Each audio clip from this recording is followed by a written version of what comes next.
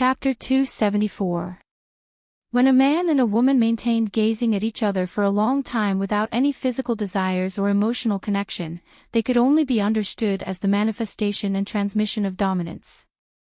Luo Nan certainly did not think that much, but Bai Xinyan was able to grasp the subtle meaning within.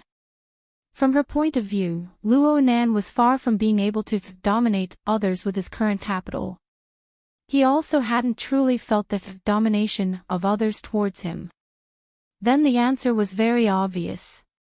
This was merely a display of his emotions, nothing more. In other words, childish. There was really no meaning in maintaining the same channel as a childish boy. Bai Xinyan did not want to force herself. She simply reached out and pressed down on Luo Nan's eyes. The color of your pupils is really ugly. She let go of Luo Nan's hand before he could struggle. She circled to the other side, completely ignoring Luo Nan's expression. She was pondering something in her mind. This kid's hostility has been growing more and more intense since Frost River reality. It's completely unreasonable. Luo Nan pressed down on his ears while she was pondering. He subconsciously took 2 steps away. He must have received a message from the psychic wave network. The person contacting him at this time was most likely He Yueyin.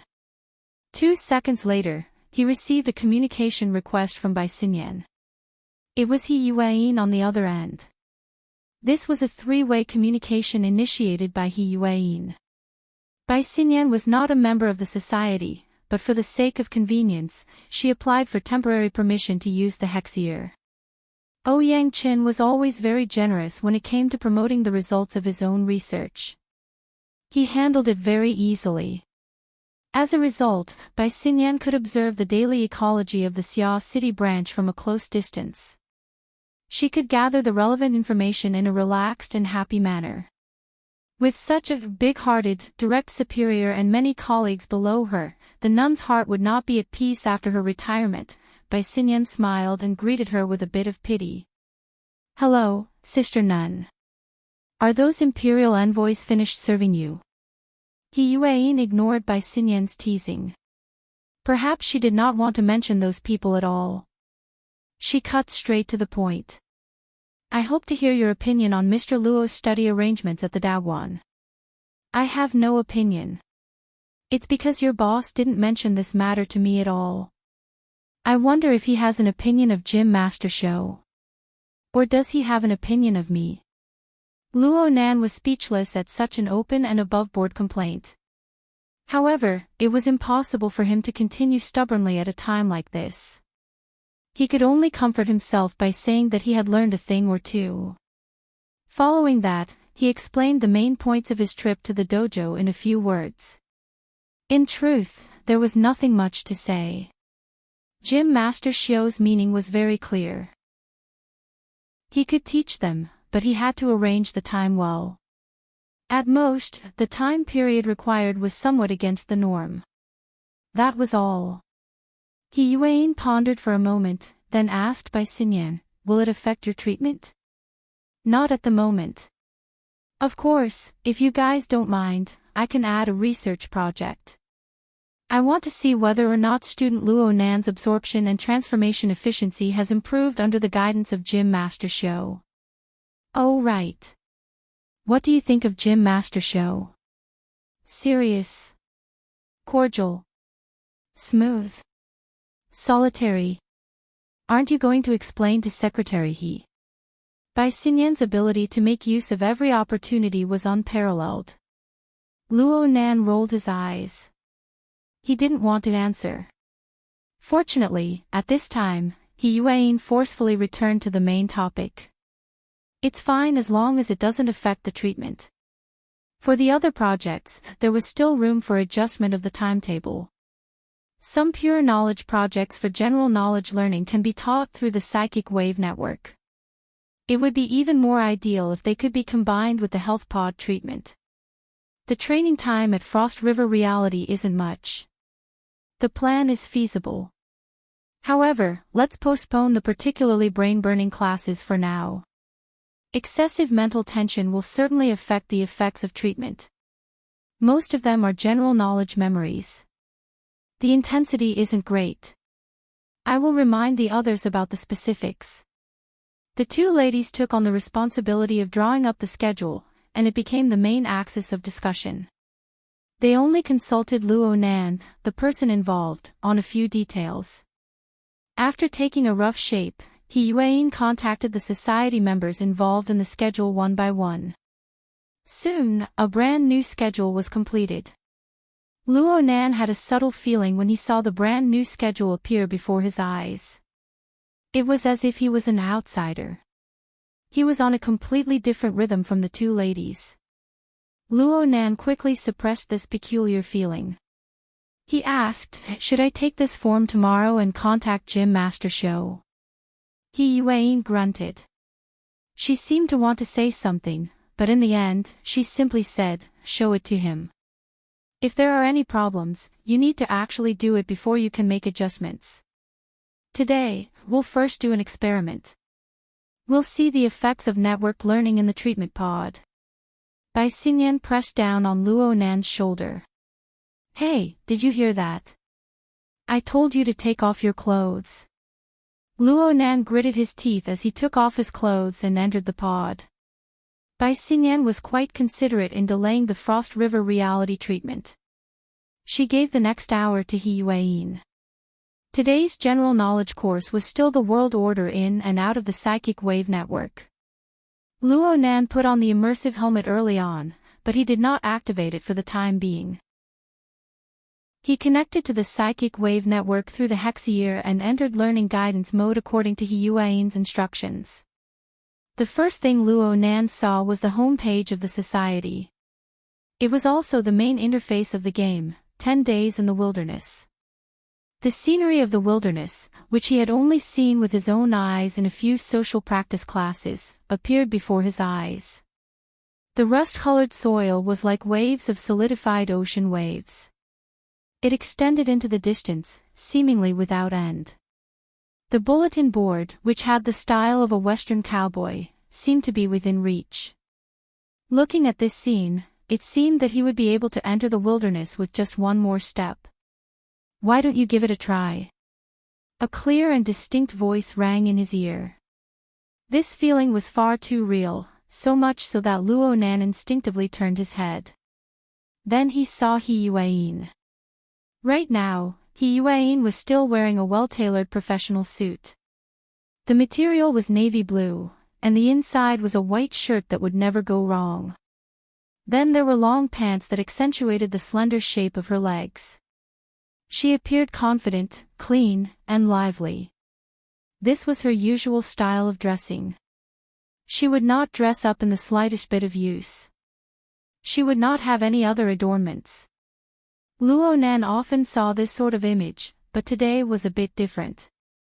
This was because He Yuan's body was clearly draped in a layer of dreamy light.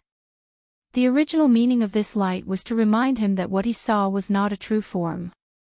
But the light contrasted with He Yuan's jade-like porcelain body.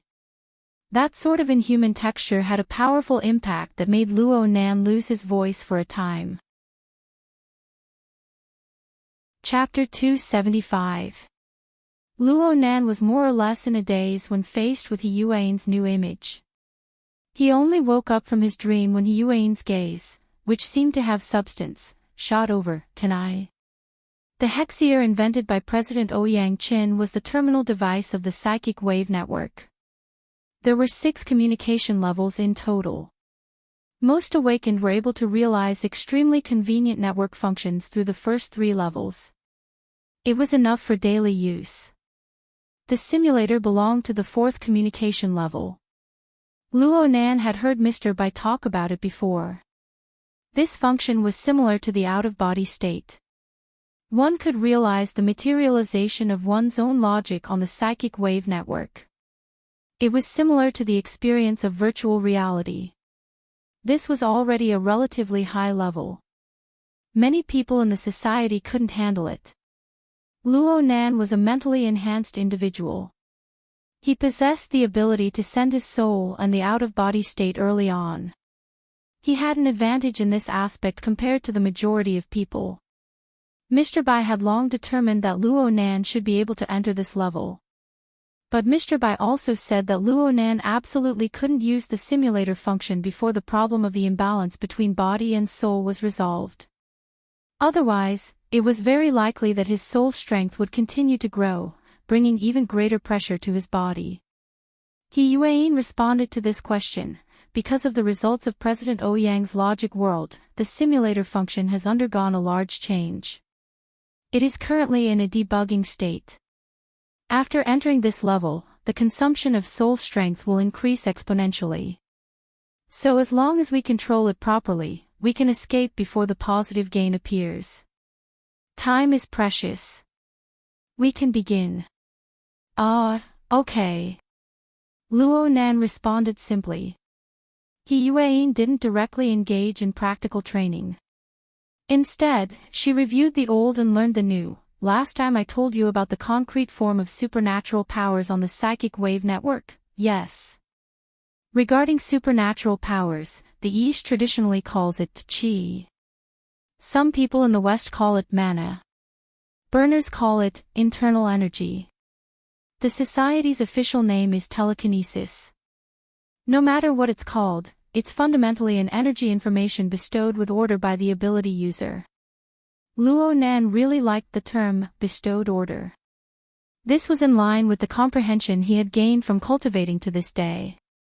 This made him talk without end. Therefore, the hexier invented by President Ouyang is called a telekinesis according to the society's definition. Its built-in electronic components are not sophisticated, but it can guide psychic power to form a special terminal structure to achieve the analysis and control of energy information. The more he spoke, the more excited he became. From Luo Nan's perspective, the terminal structure of the hexier was just a simple configuration. In terms of precision, there was still a large disparity between it and the external neuron and the deep-sea Type 4 dynamo core. It was even a bit inferior to the imitation chipset he had seen at Frost River Reality.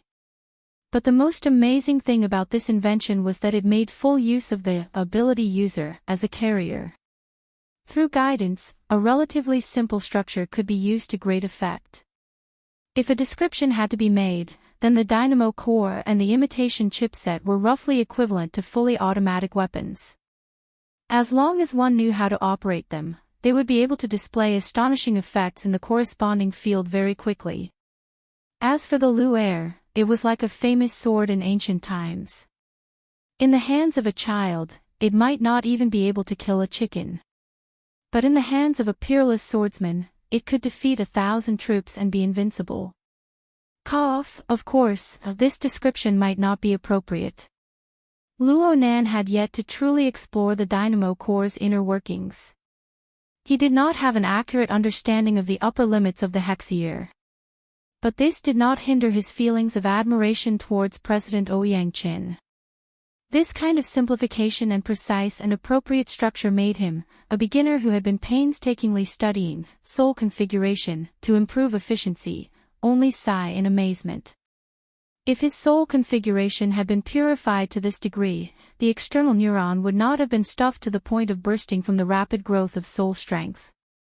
Luo Nan thought about his current situation of being helpless when facing the enormous barrier lake. He had the impulse to run over and take Ouyang Qin as his master. He Yuan was not surprised by Luo Nan's deep understanding of the hexier and the psychic wave network.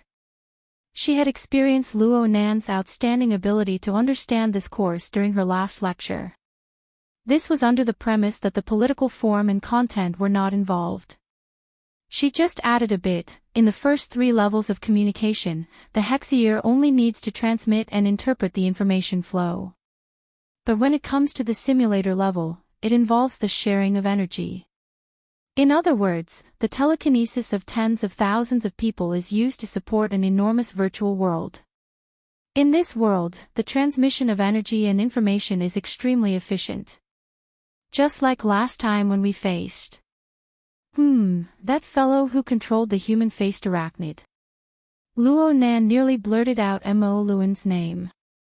During the operation against Jack back then, Elder Mo Luan of the Blood Flame Order had brought the human-faced arachnid to hunt for food. It had brought He Yuan and the others a great deal of trouble. In the end, He Yuan had borrowed Ouyang Chen's power through the psychic wave network to repel the arachnid. That scene was still fresh in Luo Nan's memory. He could not help but ask, can it be done as long as one enters the simulator level? In theory, it's possible. But the burden is very heavy, and the authority required is very high. Perhaps there will be improvements in the future. The psychic wave network has undergone a fundamental change due to the integration of the logic world. What we need to do next is to understand it as comprehensively as possible before most people arrive. He Yuan's reminder made Luo Nan suddenly realize that he was clearly standing at the entrance to the wilderness, but he did not see the silhouette of a single person. How many people usually come here? The average number of people online is around 800. That's a lot. How many awakened are there in the entire Xia city? I'm talking about the entire world. He Yuan supplemented with an explanation. Aside from mentally enhanced people who can send their souls and leave their bodies, the vast majority of people have to become architects before they can come into contact with this level. And sending their souls and leaving their bodies are extremely rare among ordinary awakened. So under normal circumstances, every person you come into contact with here is a veteran. Luo Nan was a bit stunned. Then isn't it a bit early for me to come here?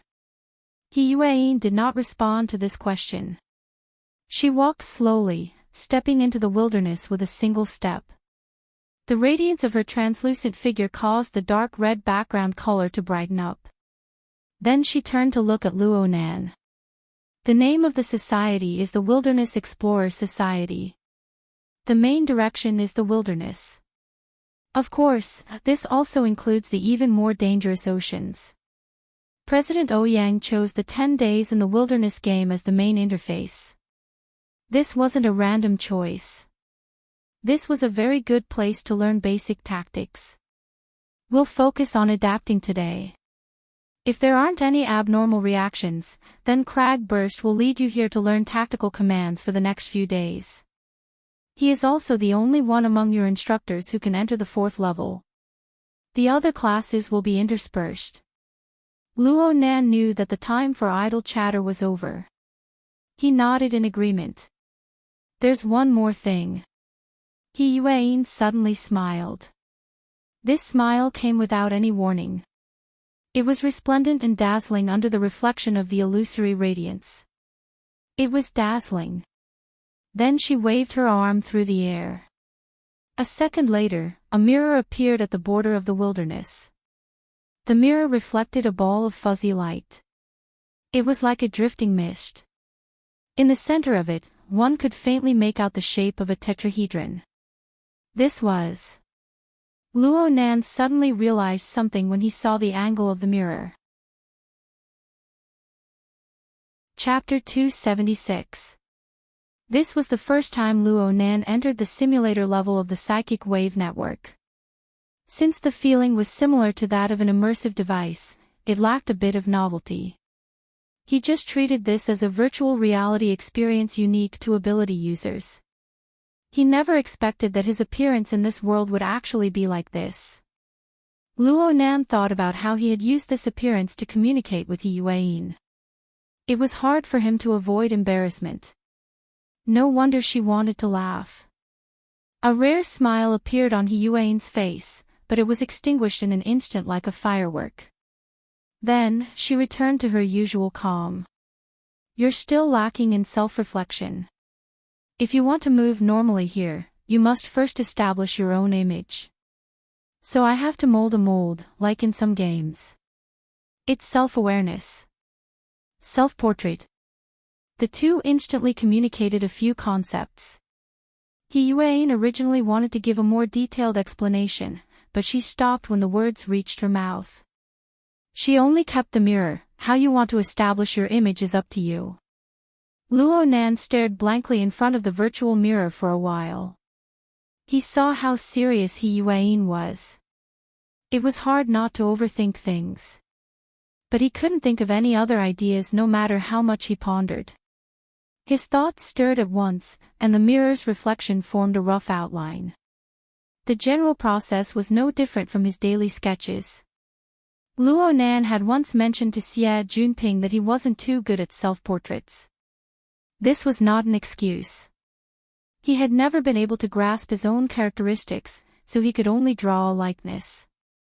But compared to the vast majority of people in this world, his ability to mold himself was quite reliable.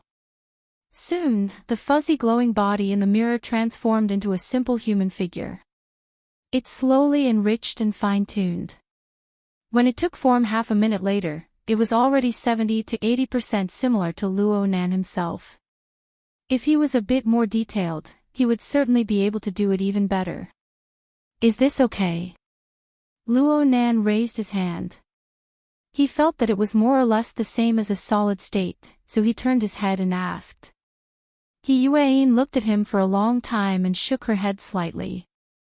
Luo Nan asked curiously, "What's wrong?" "This is a trick." He Yuan walked back to Luo Nan's side. On the simulator level, our image should reflect the characteristics of our individual energy and information operation structure. According to President Ouyang's explanation, it can be considered a self-logical inspection. For example, me. As she spoke, He Yuan raised her hand. Her long and slender fingers slightly spread open, indicating for Luo Nan to look over. My current image isn't what I want it to be. However, a burner's inner energy, the circulation of energy and information was based on the form of light and heat. That was why my image was unavoidably glowing. Others can tell at a glance that I'm a burner. Luo Nan stared blankly at He Yuan's jade tube-like fingers for a while. He finally understood. In other words, the image on the simulator level is also some sort of objective reality. At the very least, it's a kind of projection. It's not something that can be made out of whatever you want. He had indeed thought it through. However, when he looked at his reflection in the mirror, he could not help but scratch his head. But I am still not an awakened. I haven't figured out my own logic yet. Luo Nan found a good reason, so much so that He Yuan was stunned for a moment. Then she nodded, indeed. This point must be taken into consideration. Let's move on to the next stage and see how it goes. She indicated for Luo Nan to follow her as she spoke, stepping into the boundary of the wilderness with a single step. Luo Nan carried a strong sense of curiosity as he followed behind. He even reached out his hand to touch the notice board within the sandstorm. The roughness of the touch immediately returned to him. It's made of wood, the boundary between reality and illusion instantly blurred. Luo Nan turned his head, but the so-called entrance had long since disappeared. All he saw was the boundless, rusty red earth. Instead, the outline of a building appeared in front of the notice board. Right now, he could be considered to have truly entered the simulator level. Luo Nan did not have the energy to sigh with emotion. He Yuan's practical lesson was absolutely not to bring him to see the scenery. He Yuan took him to familiarize himself with the environment for the next 20 minutes. The main location of the activity was a small town that was completely the same as the setting of the 10 days in the wilderness. It was called Bloodrock. In the game, this was the supply point for players and the place where missions were issued. But on the Psychic Wave network, this place was more like a large salon. People who are online will carry out exchanges and discussions here. Discussions about what? Luo Nan had originally thought of using the idea of porting the game, but he suddenly discovered that his thoughts were childish when he heard He Yuan's introduction. Each and every one of these veterans were outstanding and famous characters of the inner world. They all had their own abilities and their own pursuits. How could they have the leisure to run here and play games? I've only come here once after joining the society. I didn't participate in the specifics. But I heard President Ouyang say that the topics they discuss are mostly related to self-logic, energy structure, mental and material interference, and other domains. Luo Nan blinked. We can talk about it offline. But it's not as convenient as here. The psychic wave network is built by tens of millions of ability users. It's like a supercomputer. President Ouyang and the others can utilize the resources here to establish models that are hard to realize in reality. Alright, the style was quite appropriate. The problem was that Luo Nan had never seen such a dilapidated salon before. He Yuan led Luo Nan to walk on the central street of the small town. There was not a single soul in sight. The entire small town looked as if it had just been ransacked by a tornado. The vast majority of the houses had collapsed into ruins. Only a few buildings remained in their original state. Practically every building is an independent section. A portion of them are portals for the game. They provide entertainment for people, but most of them are experimental models. They are the crystallization of the wisdom of many people. What's going on right now? The influence brought about by the logic world. He Yuan spoke softly. Since President Ouyang added the results of the logic world into the mix, the simulator's structural laws have undergone great changes. The vast majority of experimental models are unable to adapt to the changes in the environment. They have all been destroyed. The logic world.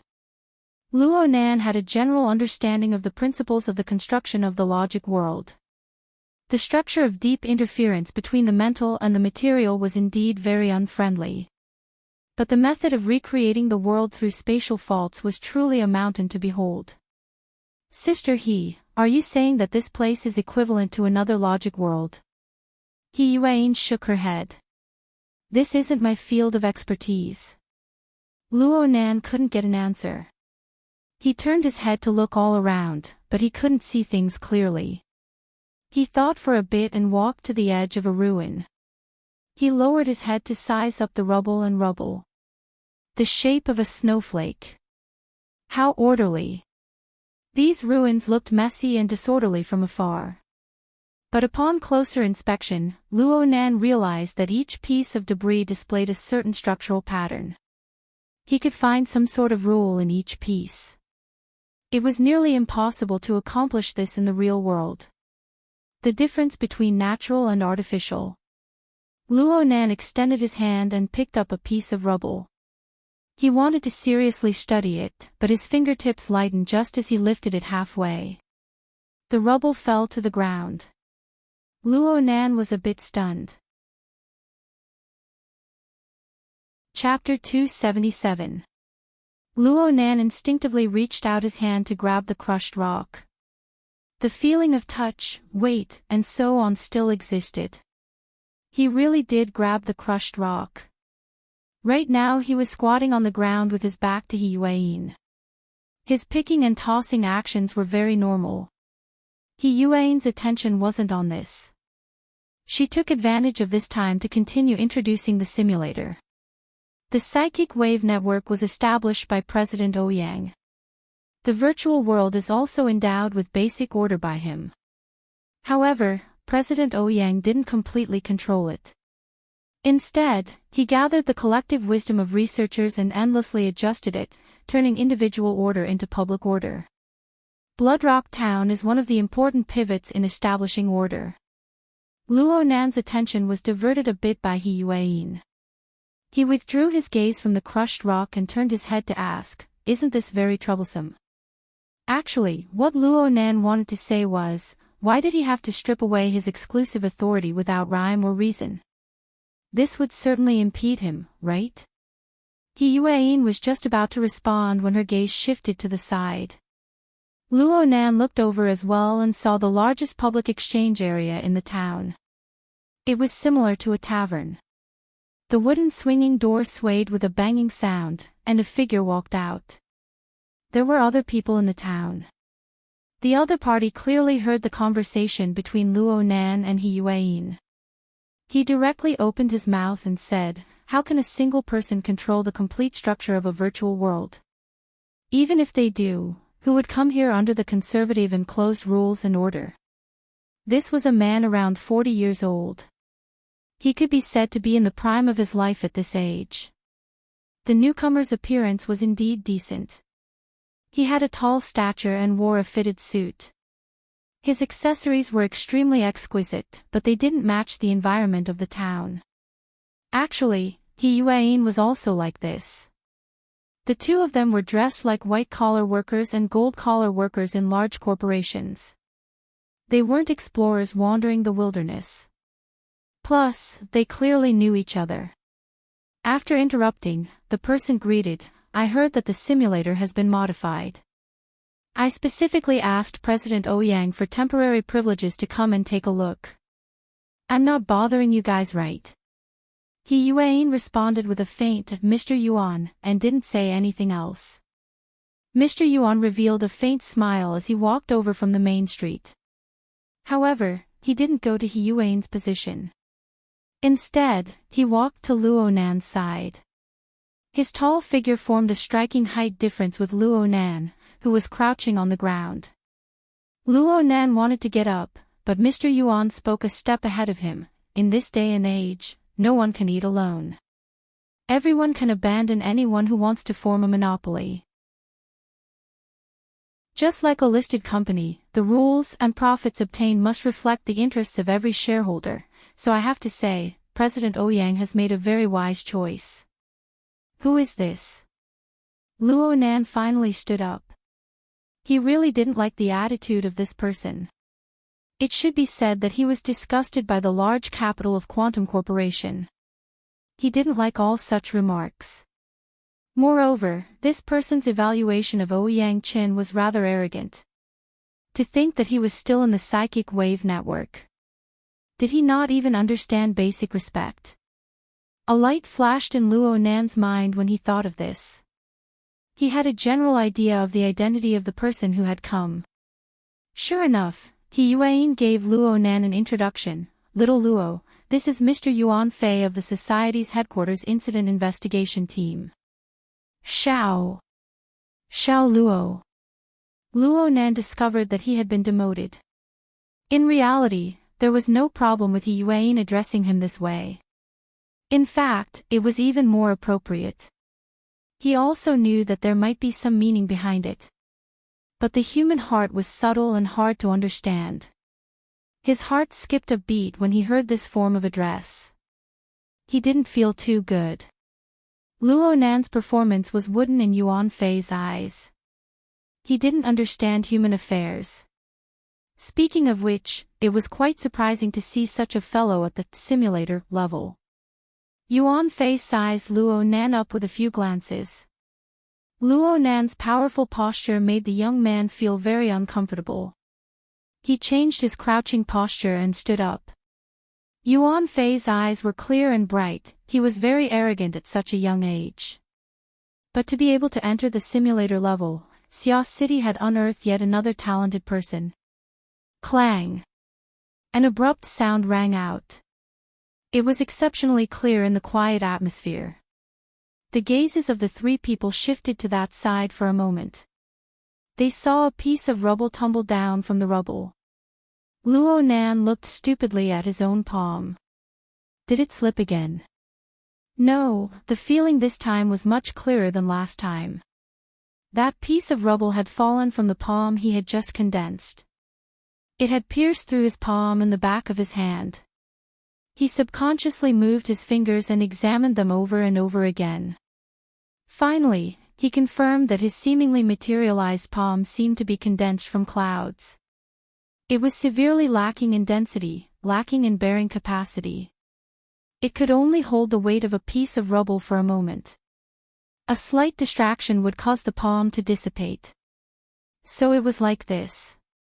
Yuan Fei shook his head and turned to He Yuan. "Miss He, the structure of the logic world has indeed become more and more complex after merging with the psychic wave network.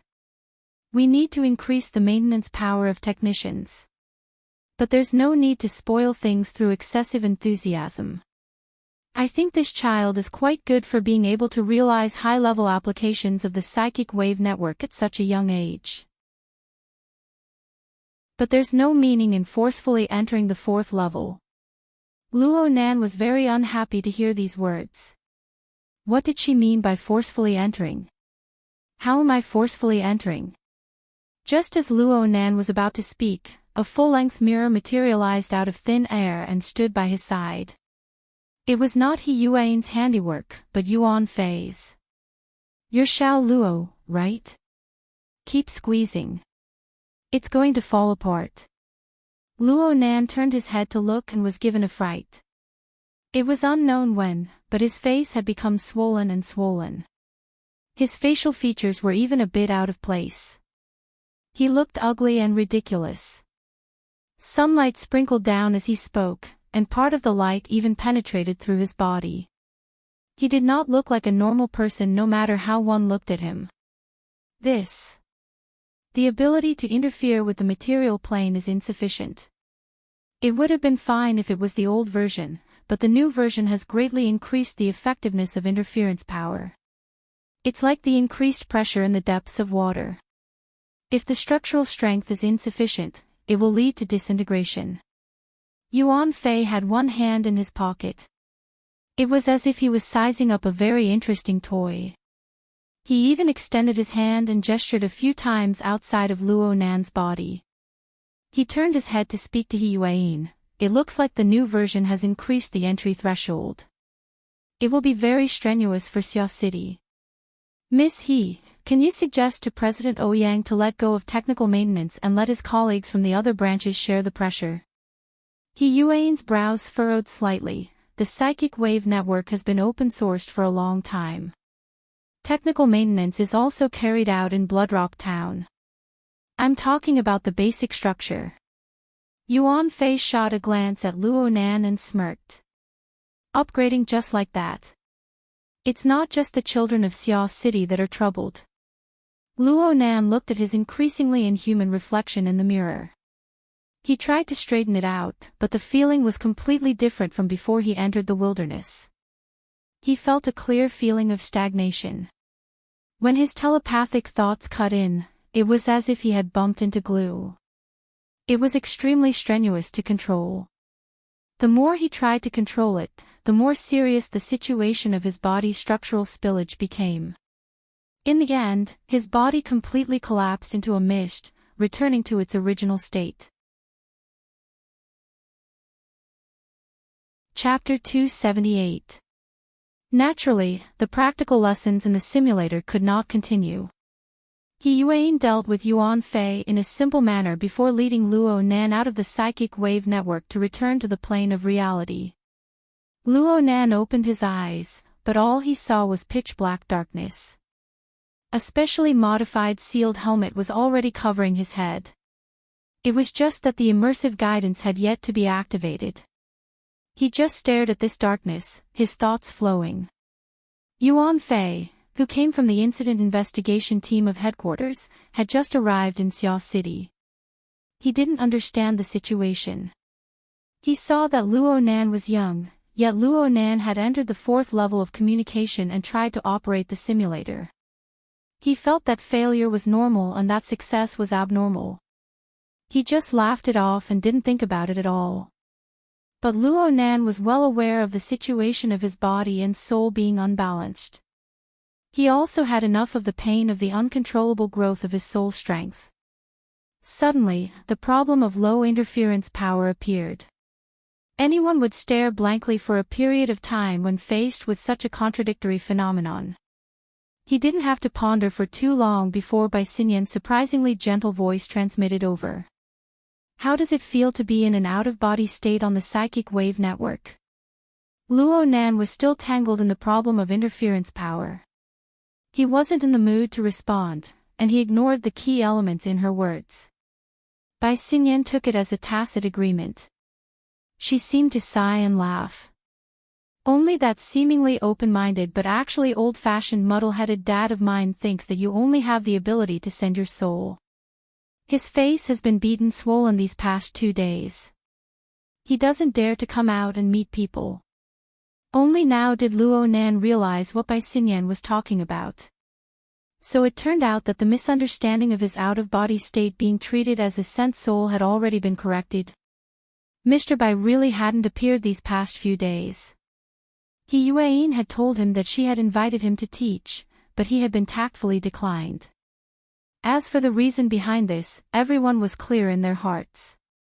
Even though Luo Nan was a factor, it was only a negligible amount. Luo Nan was disinclined to get involved in the conflict between this father and daughter. But then again, a woman who could make such a good-natured old man refuse to forgive her would only make him more vigilant. He was silent for far too long. Bai Xinyan misunderstood his thoughts. You aren't the only young man who hides his head and shows his tail. There's nothing to be embarrassed about. It's just that it's a bit reckless to act like this to a doctor. Hello, sister. I'm chatting with your boss right now. Oh. He Yuan had sent a message to Bai Xinyan, but only to Bai Xinyan. After the latter uttered a rather clear question, he also fell silent. Several seconds later, the inner layer of the sealed helmet lit up without any warning. The guidance process targeted at ability users began. Bai Xinyan's last words came, tonight's homework is starting. I hope you won't be lazy. Hey! Luo Nan didn't want to talk to Bai Xinyan before, but now he couldn't help but speak. Even an idiot would know that the problem he Yuan and Bai Xinyan were discussing must have something to do with his lack of interference power. He was the person involved. Why should he be excluded? This was a hospital, and he felt like he was diagnosed with a terminal illness. The whole world knew that he was going to die, but he was the only one who was kept in the dark. Wait a minute, the pessimistic attitude of the two in the private conversation last time, wasn't that what was going on? Luo Nan forgot to accept the guidance for a time. He stared blankly once more. At this time, even with the external neuron protecting his body and the void depository as a buffer, he couldn't stop his chaotic emotions. The next day, Luo Nan's mind was completely outside of the school curriculum. The symptoms of low interference power and the corresponding ominous omens had been plaguing him since last night. According to what he knew, He Yuan and Bai Xinyan had engaged in a long discussion after the incident, but in the end, they were unable to come up with a definite answer. Correspondingly, his altered schedule was facing a second major overhaul. Luo Nan could only wait for news before the revisions were completed. Most of the day passed in a muddle, but Luo Nan didn't receive a new schedule. Club activities began in the middle of the afternoon, and the other students got busy. Even Xia Junping, who had been accompanying him for the past 2 days, had a meeting to attend in the student council. Only Luo Nan was alive in the order club. He wasn't in the mood, so he didn't have any activities. Luo Nan was in a really bad mood. He arrived at the treehouse in the withered tree sandbar. He sat in the lounge, staring at the weak light in a daze. At first, he seriously pondered over the problem of interference power, but his train of thought was battered and bruised by one knowledge obstacle after another. And there were far too many special circumstances that could only appear in formatting theory. He couldn't find anyone even if he wanted to ask. In the end, his mood only worsened. He did a rough self-analysis in this helpless situation, trying to dispel these negative emotions on his own. Luo Nan had to admit that when he Yuan mentioned that there were only 800 daily users in the entire world on the simulator level, he couldn't help but feel a bit of superiority in addition to being nervous. But right now, these emotions, which had just sprouted a bit, were directly cut off. He couldn't find any other emotions to fill the void for a time, so a feeling of emptiness and disappointment naturally grew. But this wasn't just a change in status or the like. It involved a more fundamental problem. The question that had suddenly appeared a few days ago without an answer was like the impending night. It caused endless shadows to silently creep over him. Luo Nan was alone within the shadows. He didn't have any point of support. Only the layer upon layer of chaotic emotions entangled him, forcing him to ask himself once more, did his grandfather's formatting theory really have flaws that were hard to resolve? For example, the uncontrollable growth of soul strength. For example, the lack of interference power towards the material plane. Was there anything else besides these 2 points? Was there an end? Luo Nan leaned against the inner wall of the tree hole. Practically all of his energy was being devoured by these cruel questions. He was in a trance, unaware of the passage of time. This lasted until his ear vibrated slightly. Someone was contacting him through the hex ear. He was a bit surprised when he saw the name of the contact person. "Hello, Boss Luo. Are you free right now?" Luo Nan rushed out from the treehouse. He passed through the underwater passageway and high-speed elevator to arrive at the main entrance of Gear. Not long after he arrived, a young man in his 30s arrived along the small path outside the building. It was currently late autumn. The jungle and wetlands were densely interwoven with vegetation, blocking out the sunlight early on. It was much darker than the outside world. The newcomer had deep footsteps and shallow footsteps. He walked quite arduously. When he walked into the area illuminated by the lights in front of Gear, he grinned. Beads of sweat had already appeared on his slightly plump face. "Boss Luo, this place of yours wasn't easy to find. This place is pretty good." Chapter 279. The person who came was none other than the mentally enhanced Papercut, who fought shoulder to shoulder with Luo Nan on the night of the incident at Frost River Reality. Frankly speaking, this old man's appearance was far too ordinary. Luo Nan nearly didn't recognize him when they met again. Fortunately, Luo Nan still remembered this awakened. This awakened had a slightly bloated body, as well as that amiable smiling face. Even if Luo Nan didn't receive this treatment most of the time. Papercut's opinion of Luo Nan was mainly that his immature attitude had harmed the team. However, various facts later proved that Luo Nan was correct, so there was no need for this opinion to exist. "Just call me Papercut. It feels weird to add Mr. to my nickname." Papercut grinned out of habit. "Then don't call me Boss Luo. Boss Luo is your nickname, right?" Papercut's smile was very infectious. "I know that you have quite a few nicknames, but I won't change it. Everything goes according to the flow of the tongue." Luo Nan was a bit embarrassed. Papercut waved his hand before Luo Nan could say anything. "Okay. Don't get tangled up in these minor details. I came to teach today. I'm sorry. Something happened at the last minute, so I pushed the time forward." Luo Nan responded politely, "I'm the one troubling you." He invited Papercut into the building as he spoke. Papercut was one of Luo Nan's teachers for general knowledge training. He was responsible for imparting the practical course, Soul Strength Activation Techniques. Papercut emphasized when talking about the course, this course is actually quite late. The reason why it was brought forward. It's because of my special circumstances. My interference power is low. Do I need to do a field experiment to verify it? Papercut was stunned.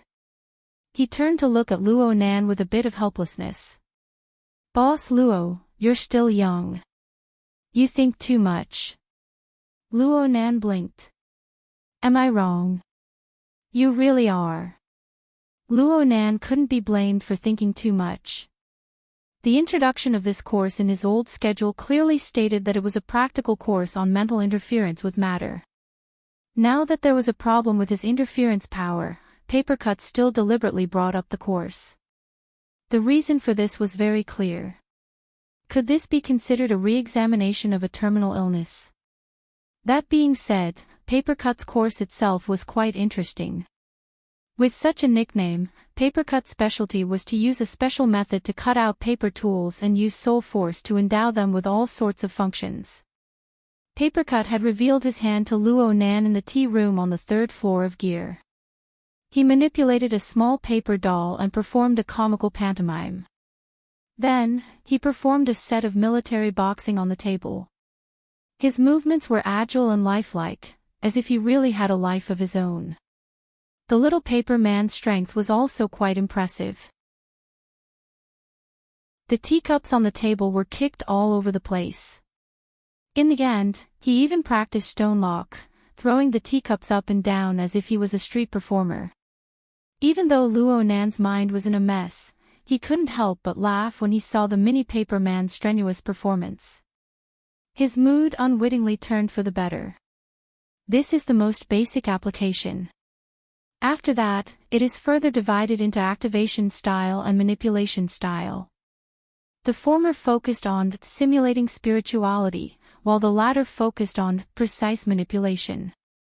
I'm an animation type, so I'm more casual and often do some auxiliary work. I've seen your information.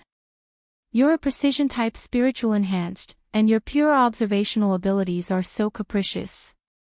It's very likely that you're talented in precise manipulation. Papercut began to paint a beautiful future for Luo Nan. The society has combat machines specifically manufactured for the control class. Actually, every control class should be an extremely powerful engineer. They can fight and repair. They are powerful and safe. Luo Nan's eyes drooped and he laughed. In order to do this, he first had to satisfy the basic requirements of interference power. If soul strength was unable to effectively interfere with the material plane, then everything else was meaningless. Speaking of repairs, however, he suddenly thought of the Tai Chi ball of divine Yu Jim. The core component of the Tai Chi ball seemed to be a precise machine. Luo Nan had heard Shuelei mention it, but in the end, it hadn't been repaired. It was still tossed in the Daguan. This matter needed to be handled properly. The maintenance engineers of the society were certainly a level stronger than those outside. Luo Nan's mind was a bit scattered, but he quickly recovered. He concentrated on listening to Papercut's lecture. Today, whether it was training, teaching, or symptom review, Papercut only taught elementary subjects. He taught the basic techniques of soul strength acting on materials. Papercut chose a special kind of talisman paper for his practice. It was said that it was obtained from another psychic of the society, Mr. Gao, whom Luo Nan had yet to meet. It was made from specially cultivated peach wood and bamboo pulp. The ratio was extremely meticulous, and it was one of the materials most suited to converge with soul strength. As for Papercut himself, he had a meticulous and patient personality. From the very beginning, he began to manually operate the talisman. He broke down the steps and explained the few special points of force for the soul strength to be used clearly. From the principles to the operation, everything was extremely clear. Logically speaking, the difficulty shouldn't be high with such thorough preparations. However, the development of the situation simply followed the most pessimistic predictions. Luo Nan's learning process didn't go smoothly. It was already 6:00 in the evening. Luo Nan and Papercut held their breaths and focused their minds under the illumination of the lights in the tea room. They stared at the crude paper man on the table. This little thing, which had just been cut, stood up shakily, taking steps with great difficulty. 1 step, 2 steps, 3 steps. Then it fell to the ground, unable to get up again. Oh no! Luo Nan slapped the table with both hands, bringing about a gentle breeze that lifted the paper man up. Then there was the stream of air that Luo Nan exhaled with a long sigh.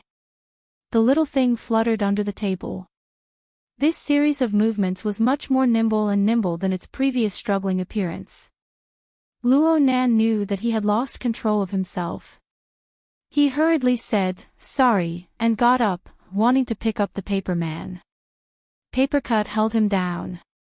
With a thought, the small paper man 5 meters away immediately came to life. It was like a ruffian monkey. It leaped and hopped, climbing the table leg, and charged onto the table in a few steps. Luo Nan felt more and more ashamed when he compared the two. He laughed bitterly and sat back on the chair. He looked up into the sky and stared blankly. This doesn't make sense. Papercut scratched his head endlessly, but he couldn't figure it out no matter how hard he tried. His patience hadn't run out yet, so he pulled Luo Nan and said, "How about we sort it out a bit more and start from the beginning?" Luo Nan had no reason to give up when faced with such a teacher. He forced himself to raise his spirits and grabbed the small paper man on the table. His fingertips tapped across the paper man's head and torso in succession. There are a total of 4 soul strength focus points. They form 6 basic resonance lines to realize basic control. Luo Nan paused a bit upon speaking up to this point. He then said, "This is actually a kind of irregular deformation of a prism. It belongs to the structural changes in the operation of energy and information. The paper man is just a medium. The basic prism structure is the support. You chose to start with this structure. Is it because it's a bit similar to my format pyramid?" Chapter 280. Luo Nan calmed down. He fiddled with the small paper man between his fingers, then tossed it back onto the table a few seconds later. This is because the prismatic structure requires a certain amount of strength. If the strength you gave me was equivalent to a steel structure, then what I gave me would be a spider web at most. Strength. It's strength. That's right. Papercut was helpless. Of course, he knew that the crux of the problem was the strength of the structure. If he were to investigate further, it would be the problem of the interference of the mental plane with the material plane.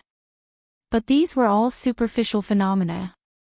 Who could tell him that a mentally enhanced user with superb mental senses, who could send his soul out of his body as if it were nothing, and whose mental cultivation had nearly reached the B-rank standard, couldn't even do the most basic thing of controlling objects with his mind? What was going on? In the end, there was no answer to this question. Not only was Papercut unable to get any results, but Bai Xinyan, who knew about this long ago, kept it a secret when Luo Nan went to the hospital for treatment. She didn't give Luo Nan any information that could be used as a reference. Luo Nan originally wanted to ask He Yuan, but after some thought, he gave up on this thought for the time being. Problems on the mental plane were largely self-perception. If even he couldn't figure out what was going on, then it was impossible to count on others. The terrible state of affairs undoubtedly affected Luo Nan's mood. The following training sessions at the Frost River waterway were simply disastrous. The quality was extremely terrible. The amount of time Luo Nan could last was even less than in the morning. Compared to last night, his endurance had dropped by 20%. Luo Nan saw the relevant results and made preparations for additional training. However, Bai Xinyan didn't express anything. She let him pass the final moments of his time in the healing pod in peace. "I still have to learn new things tonight. It's best if I take a nap and relax." "Oh right, don't be late." Bai Xinyan made medical records as she waved her hand to let Luo Nan leave. In the past, Luo Nan would probably rejoice, but now he thought about it a bit more. Was this attitude a part of happy, fast, healing? Sure enough, when a person is about to die, nothing is taboo. Luo Nan thought about the results of his peeping from 2 days ago, and his mood turned even worse. He really wanted to crack open Bai Xinyan's skull and figure out just what kind of state he was in her eyes. Or perhaps he wanted to peep again. The problem was, how could he have such an opportunity every day?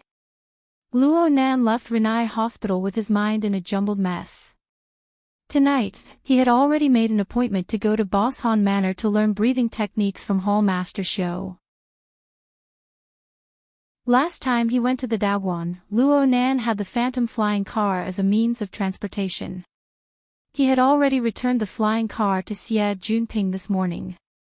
Right now he was riding a low-altitude public transport, rushing towards the River Wu district under the curtain of night. The first thing Luo Nan did after getting into the car was give his aunt a call. He informed her that he would be staying at the Daguan tonight. In fact, he had already used Shui Lei's tiger skin to ask for leave from his aunt yesterday to confirm the situation of not returning at night. But he knew his aunt's temperament very well. Right now, he had to make another phone call to comfort her. Otherwise, according to Madame Luo Shuqing, she would have personally brought him to pay a visit to Gym Master Xiao for his first official lesson. By the time he finally ended the call, they were already halfway through the journey. At this hour, the bus was no longer as crowded as it was during the day. There were only a dozen or so people on the bus. They were all groggy or playing games with their wristbands. Luo Nan sat at the back. He lowered his head and fiddled with his things. However, he was different from the others. He wasn't fiddling with an electronic device in his hand. Instead, he was fiddling with a thin greenish-yellow paper. This was a special talisman paper that Papercut had given him. It was personally made by the psychic Mr. Gao. The special material was more suitable for the transmission of energy and information. In the hands of a true expert, this talisman paper could be used to deal with enemies. It was a bit extravagant to use it for practice. But it would be fine if he could really get some ideas out of it.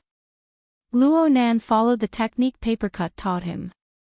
He slowly operated and tore the talisman paper into a palm-sized paper man. The incorporeal prismatic structure took shape as a whole.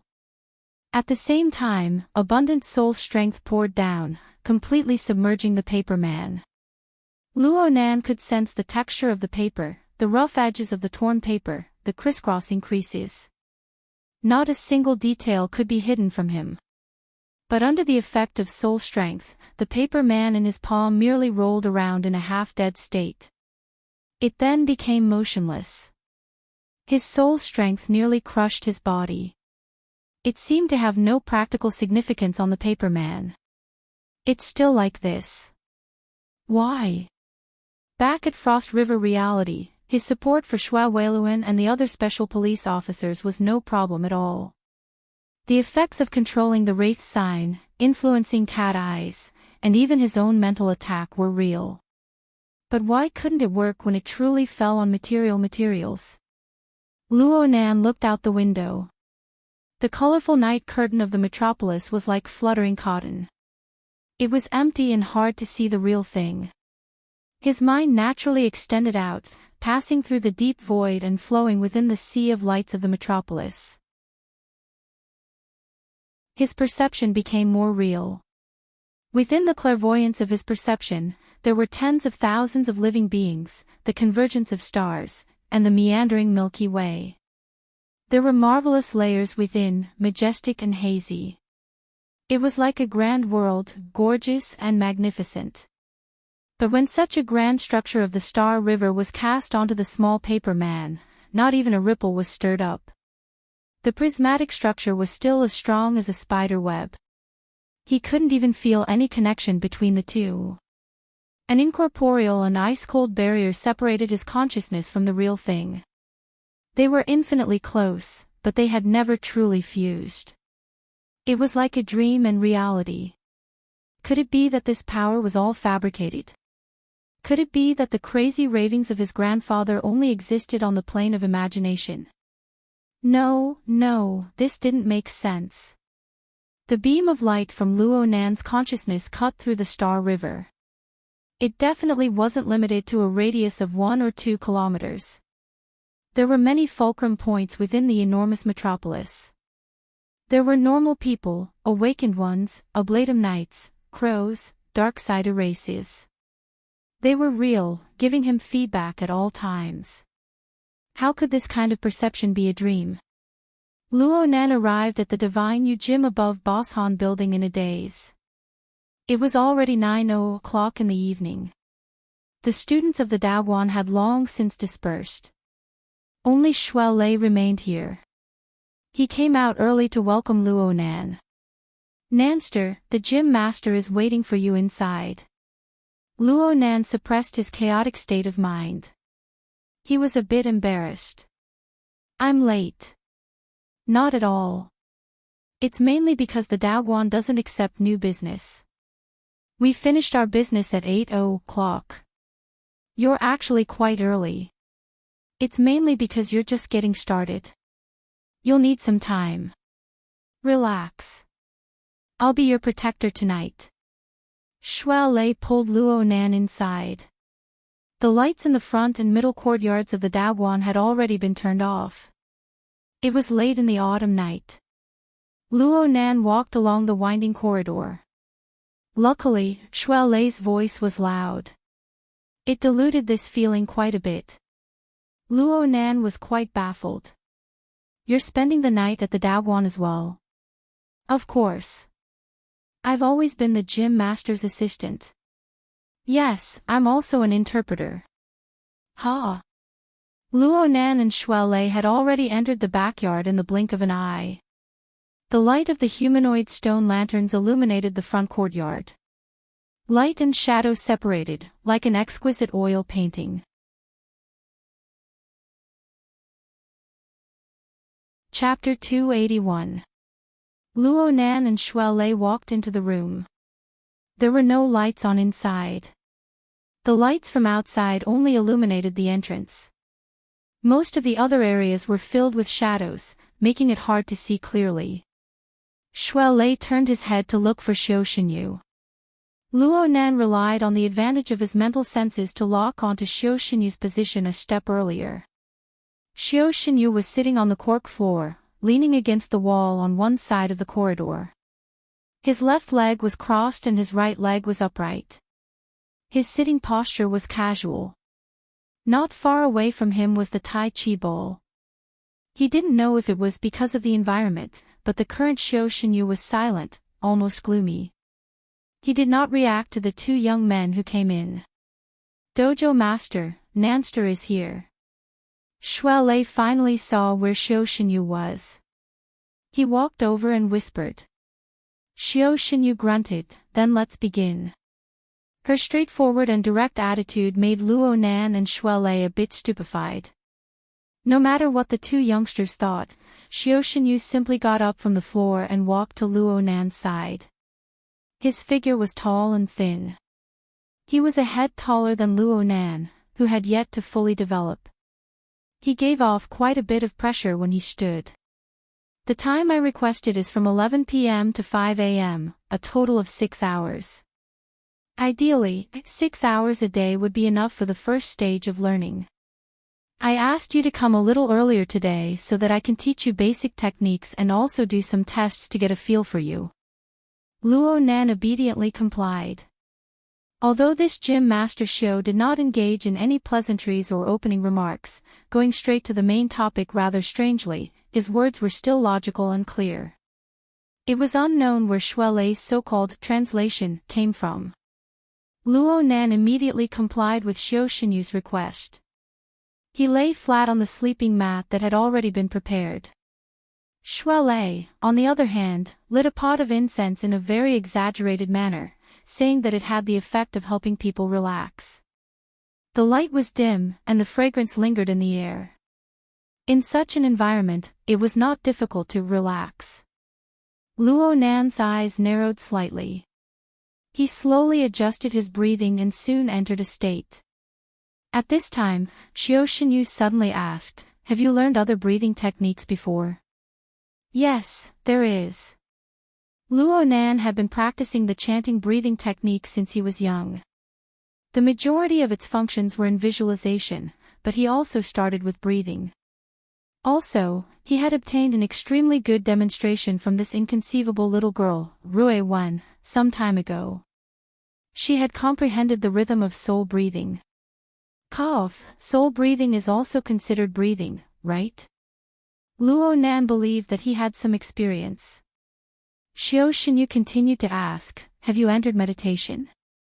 "You mean the stationary state?" "Yes." At the side, Shuai Lei said happily, "That's good. You already have a very good foundation. You'll definitely improve at lightning speed." Xiao Xinyu glanced at Shuai Lei but did not say anything. He just let Luo Nan continue to relax. At the same time, Xiao Xinyu began to explain to Luo Nan the essentials of adjusting his breathing. In the beginning, Luo Nan only spoke in general terms. But under this sort of atmosphere, Luo Nan subconsciously and unconsciously followed the methods he had described. He carried out experiments. Xiao Xinyu probably had an accurate grasp of Luo Nan's state. He suddenly changed the way he spoke. He was shorter, directly touching on the deviation that occurred during Luo Nan's attempts, and he corrected it. Sometimes, she would directly reach out and press on Luo Nan's body. She wanted Luo Nan's breathing and thoughts to be mobilized and concentrated in these areas. In the beginning, the taste of having someone controlling his breathing was unpleasant. Luo Nan controlled his breathing as he split his attention to receive guidance. His nerves were taut, and there was no way he could relax at all. But Luo Nan had a foundation in the end. He soon discovered that many of the essentials Xiao Xinyu imparted to him happened to coincide with his current understanding. It gave him quite a bit of foresight when it came to certain details, and the specific control of his breathing became more unhurried. Moreover, Xiao Xinyu's teachings were not harsh on the details. It was like a faintly discernible lamp that led Luo Nan in front of him, so that he would not get lost. Luo Nan still followed Luo Nan's own habits and actions. It didn't take long for Luo Nan to adapt. His mind settled down. He controlled the intensity of his breathing, making it faintly discernible between his mouth and nose. His mind first resided in his mouth and nose. Then it moved to his throat, chest, lower abdomen, tailbone, and so on. He also visualized in reverse, changing back and forth. In the end, his breath became continuous. It was impossible to distinguish the direction, and it gradually enshrouded his entire body. Luo Nan's body became slightly hot under this marvelous feeling. It was as if he was wrapped in a warm cloud. It was similar to a sauna, but it was not that stuffy. It was rather transparent. In the end, Luo Nan's energy was completely focused on sensing the changes. He naturally blocked out Xiao Xinyu's whispers. In the end, even his body's senses became fuzzy. It was as if Luo Nan had transformed into a cloud, drifting in the void. The cloud chi expanded and contracted, showing the difference between inside and outside. But when it came down to it, it was a rhythm of entering and exiting. That's right, it was a bit like Rui Wen. Her breath resonated at the pinnacle of perfection, and her body and soul were blended together. Luo Nan suddenly opened his eyes as if he had awoken from a dream. Shui Lei followed Xiao Xinyu's instructions and checked the time on his wristband. 5 minutes and 20 seconds. Shui Lei smiled. From the time you laid down until now, it's been a total of 320 seconds. Luo Nan was stunned. That's short. He thought that time had passed very quickly, at least an hour or two, but he didn't expect it to be so short. If one only counted the time when he was fully engrossed, it would be less than a minute. Xiao Xinyu glanced at Shui Lei's wristband. 7 seconds. 7 seconds. Spirit galloping, heart illuminating the 8 extremities. 7 seconds isn't bad, but it's not short either. Luo Nan didn't understand at all. Translator Shui finally appeared at this time. He praised, sure enough, there is a foundation. The meditative state you just entered is actually a process of body self-examination. It's like turning on a device, reading and loading. The faster your brain, the higher the efficiency. 7 seconds of inner vision, obtaining the edict of void and stillness, is quite amazing. Gym Master Xiao declined to comment on Shui Lei's words. You can't rely on the void. You can't stay full for long. Remember that breathing rhythm. We will proceed to the next step. Though it was hard to understand, it really did seem quite amazing. Luo Nan couldn't help but have a different kind of confidence in Xiao Xinyu's teachings. He recalled the feeling from before and nodded solemnly. 2 minutes later, Luo Nan entered the strange state of his body's invisibility once more under Xiao Xinyu's guidance. His body was like a cloud. Warm heat was constantly accumulating, but the rhythm of entering and exiting was there. It expanded and contracted all the time. The heat was not static, but it flowed endlessly. Luo Nan couldn't see it clearly at first, but after familiarizing himself with it, his senses grew sharper. Slowly, he was able to perceive substance within the invisibility of the cloud. According to Xiao Xinyu's theory, meditative state was just the initial stage of cognition. Cultivation required one to eliminate the established concept of the body, using the feeling of a meditative state to reconstruct it. This wasn't to let one's imagination run wild in the mind. The body was still the body, and the aura was still the aura. One just needed to take a complete form. Luo Nan was familiar with this method. Wasn't this his method of drawing simple sketches? He didn't care about the fineness of the form. He focused on the charm and characteristics. However, Xiao Xinyu gave him a clear image. Chapter 282. His body was a mountain that was densely planted with thick soil. It could bear the weight of sunlight, rain, and dew, as well as resist storms and lightning. Qi was like flowing water, meandering and flowing. It could accumulate the spiritual beauty of a mountain and give life to all living things. Here, the body was the foundation, the most important. It determined the structure of matter, just like a mountain. There were always ups and downs. Vital qi was a function, determined by the body's foundation. It was like the flow of water, following the shape of a mountain, showing the warmth and coldness of yin and yang. The two of them referenced each other. As the state of concentration deepened, the minute details gradually became clearer. The distinction between illusion and reality was made, and some of it appeared. It was as if a painting of mountains and rivers had unfolded before Luo Nan's eyes. Clear streams meandered within the unbroken mountain terrain, following the flow. Everywhere it passed, there were some places that could stay, some places that could move, and some places that could be used were the complete opposite. With the difference, the feeling of substance was even clearer.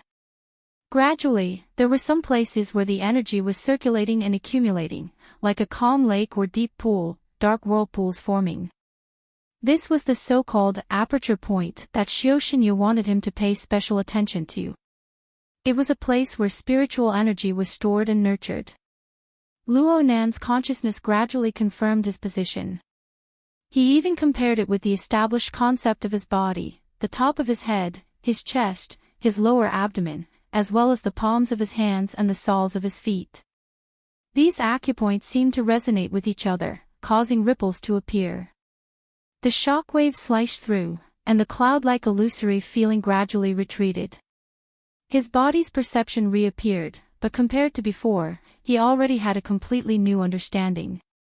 Just like that old philosophical proposition, seeing a mountain is a mountain, seeing water is water, seeing a mountain is not a mountain, seeing water is not water, seeing a mountain is still a mountain, seeing water is still water. Luo Nan's mind was muddled when he heard Xiao Xinyu speak of these things. But now that he truly encountered them, he felt that he understood them quite well. However, Xiao Xinyu had only mentioned this step. He did not explicitly state what to do next. Luo Nan's thoughts were a bit scattered. Originally, he wanted to leave the fixed space and ask Xiao Xinyu about the trick to the next step. However, the resonating pattern between his acupuncture points and his body made him think of Rui Wen's marvelous technique of body and soul merging. However, after experiencing it in detail, it was still different. Luo Nan was far from reaching Rui Wen's realm of mixing and merging as one. The resonance within his body only occurred between a few acupuncture points. With the acupoints as the ends, they were connected to each other, forming a blurry structure.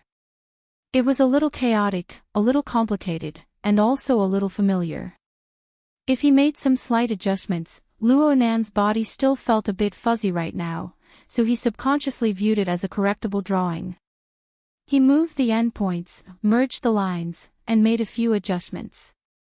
The fuzzy and chaotic structure became orderly, turning into a pyramid-like structure of vertebral bodies. Luo Nan suddenly felt that something was off.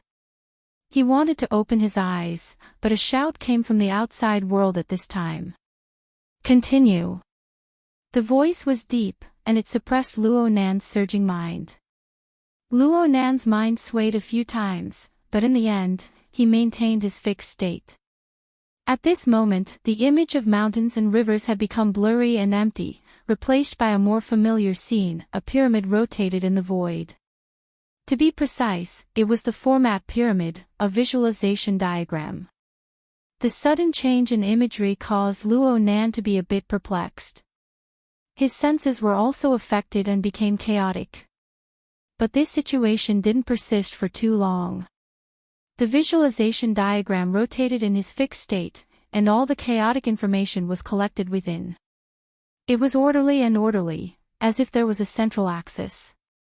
The bones, muscles, and even the trillions of blood vessels and fibers of his entire body moved.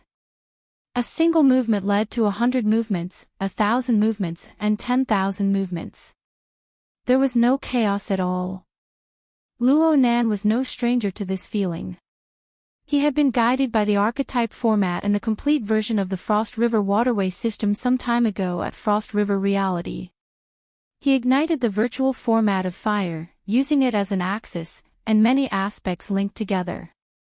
The image of mountains and rivers and the format of fire were very good, but they couldn't compare to the significance of the visualization diagram for Luo Nan. Luo Nan had already gotten used to coexisting with the visualization diagram over the past 5 years. The visualization diagram represented formatting theory, and it was the truth that he revered. Therefore, the visualization diagram occupied the most central position without a doubt when it came out. The other sensations either revolved around the visualization diagram, fluctuating, or they were simply annihilated. Luckily, Luo Nan still remembered what he came here for tonight. Though his direction was a bit off, the roots of his breathing were still there. His breathing rhythm was only messed up for a moment before it returned to normal. Though the image of mountains and rivers was already blurry and indistinct, the feeling of the circulation and accumulation of vital energy was still there. It was just that the natural charm that followed the flow of energy within the closed visualization diagram was gone. There were only layers of steaming hot air that accumulated endlessly, heading toward the inscribed sphere in the central region of the visualization diagram. In Luo Nan's visualization mode, if he only cared about himself, the inscribed sphere would contain his internal organs and the circulation of blood and energy. And according to Xiao Xinyu's teachings, vital energy symbolized the activation of bodily functions. What would it look like to gather vital energy like this? Xiao Xinyu did not explain. The visualization diagram rotated endlessly, and at the same time, layer after layer of vital energy surged inside. The momentum was vast, and there seemed to be some changes. But there were no changes. The inscribed sphere was empty. It was like a black hole. No matter how much vital energy and heat accumulated, it was devoured by this emptiness. There was no end to it. Luo Nan's mind followed the circulation of vital energy and entered the inscribed sphere. This was the first time he had learned formatting theory. Moreover, it was natural. Clearly, he had made great progress in the field of visualization.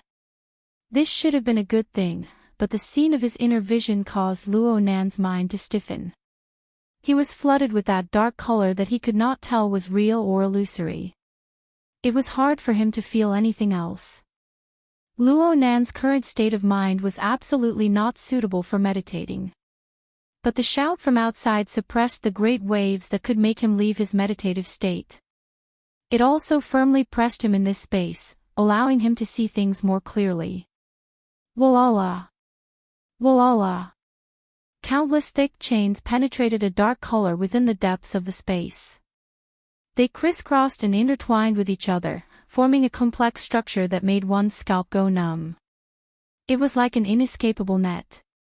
It was like a black prison.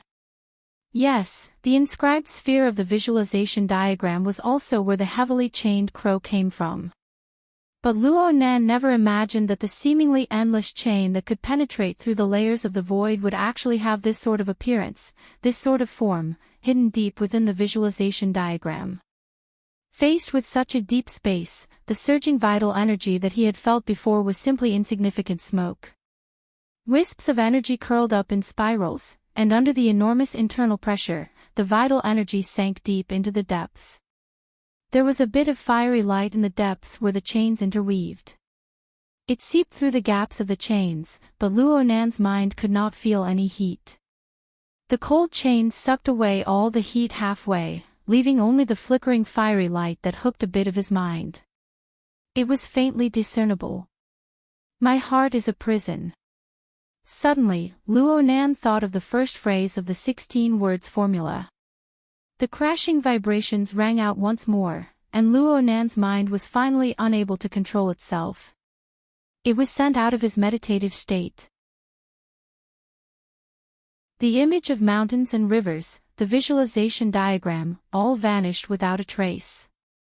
Instead, his lower abdomen felt a bit hot, but that was all. Luo Nan blinked his eyes blankly, and the first person he saw was Xiao Xinyu. Xue Lei was next to the gym master. He was tongue-tied, and it took a while before he asked, "You? Why are you sitting up?"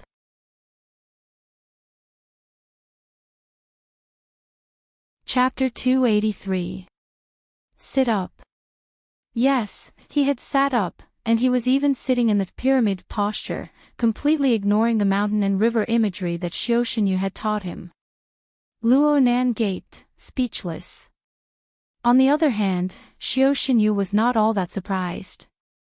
He looked Luo Nan up and down a few times, then slowly said, breathing in and out.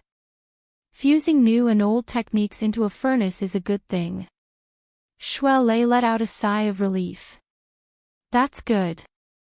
Unexpectedly, Xiao Xinyu's next words were, "It's a pity that I can't use my skills on myself." Ah. Xue Lei blinked. "Dojo master, I can't translate what you're saying." He looked at Luo Nan. Luo Nan's head was lowered in contemplation. He didn't react at all. In the end, he could only ask, "Master, you mean?" Xiao Xinyu didn't respond to Xue Lei. He gazed at Luo Nan for some time before saying, "I taught you to visualize the image of mountains and rivers, but I didn't tell you to take out an iceberg. The weather is cold and the ground is frozen. When water swims through the cracks in the ice, most of it will still melt. Water can moisturize things, but ice can crush people."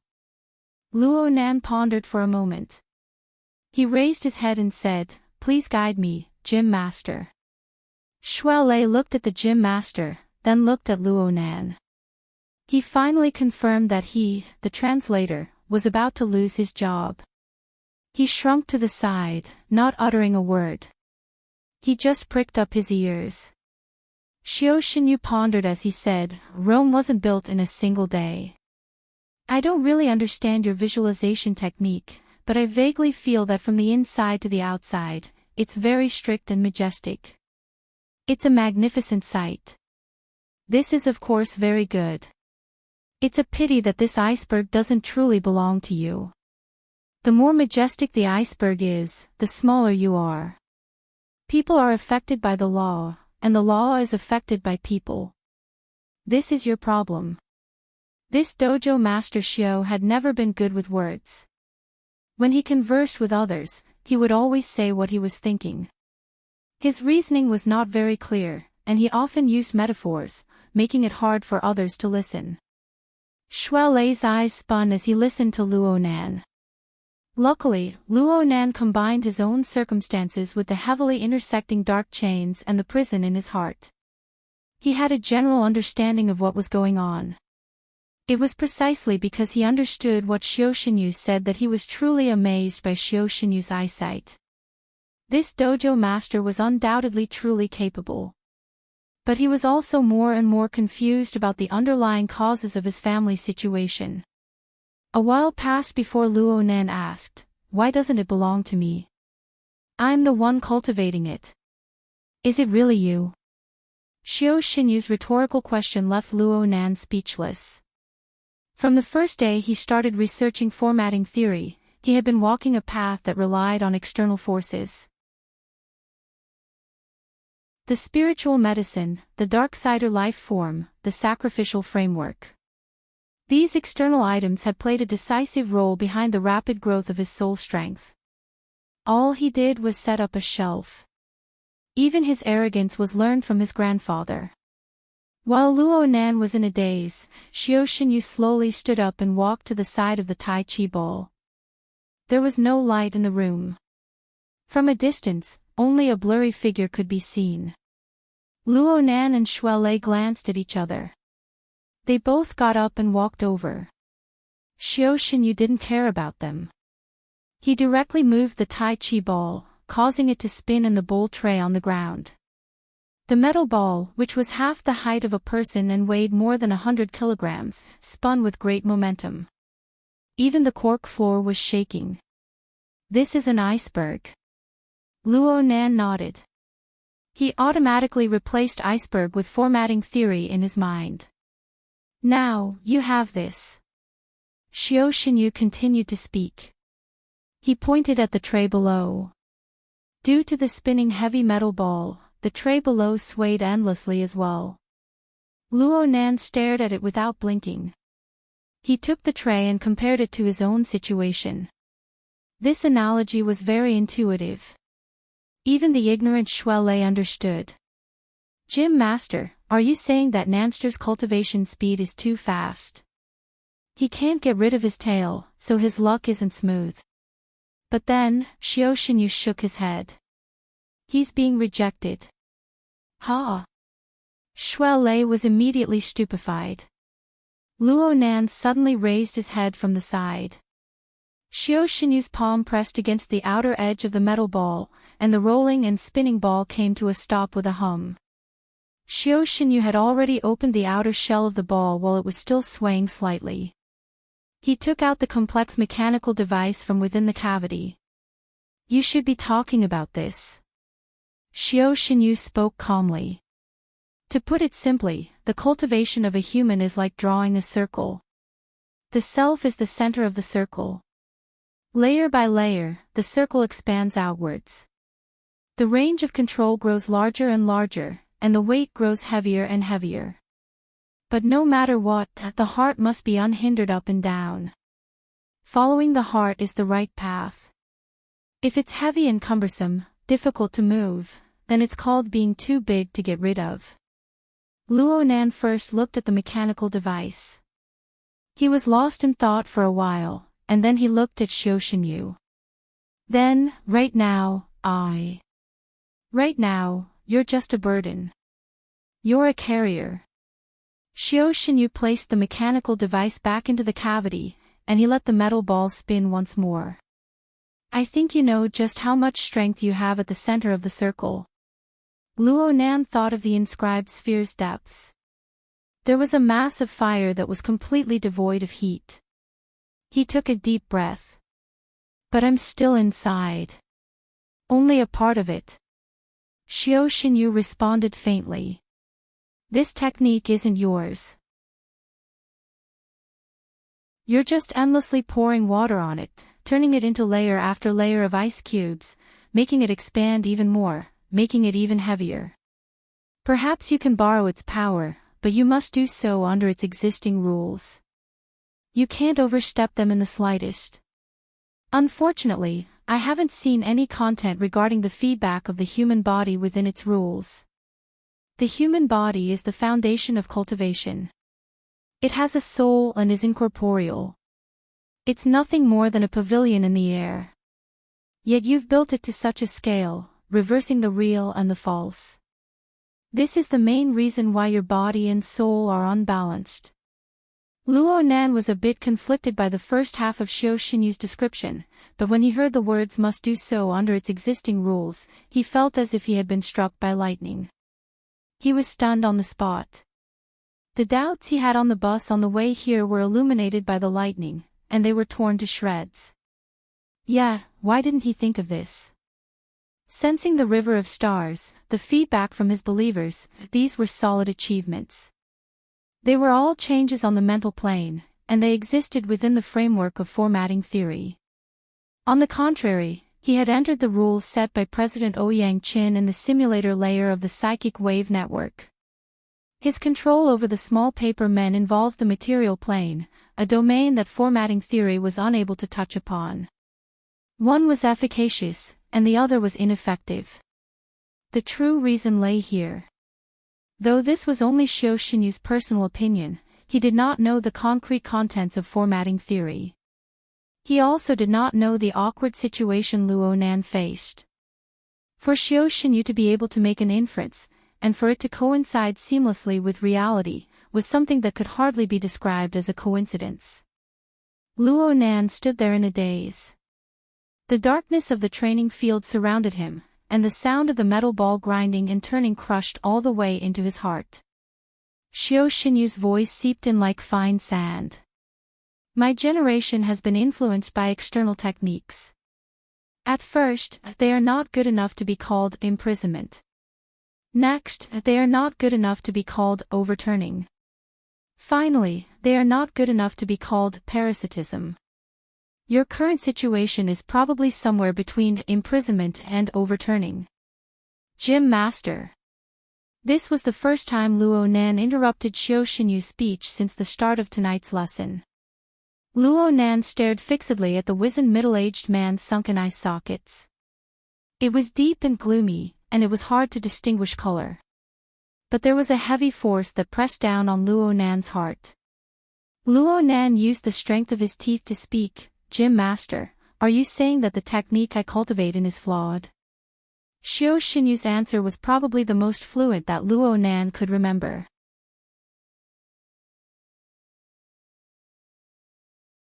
Chapter 284.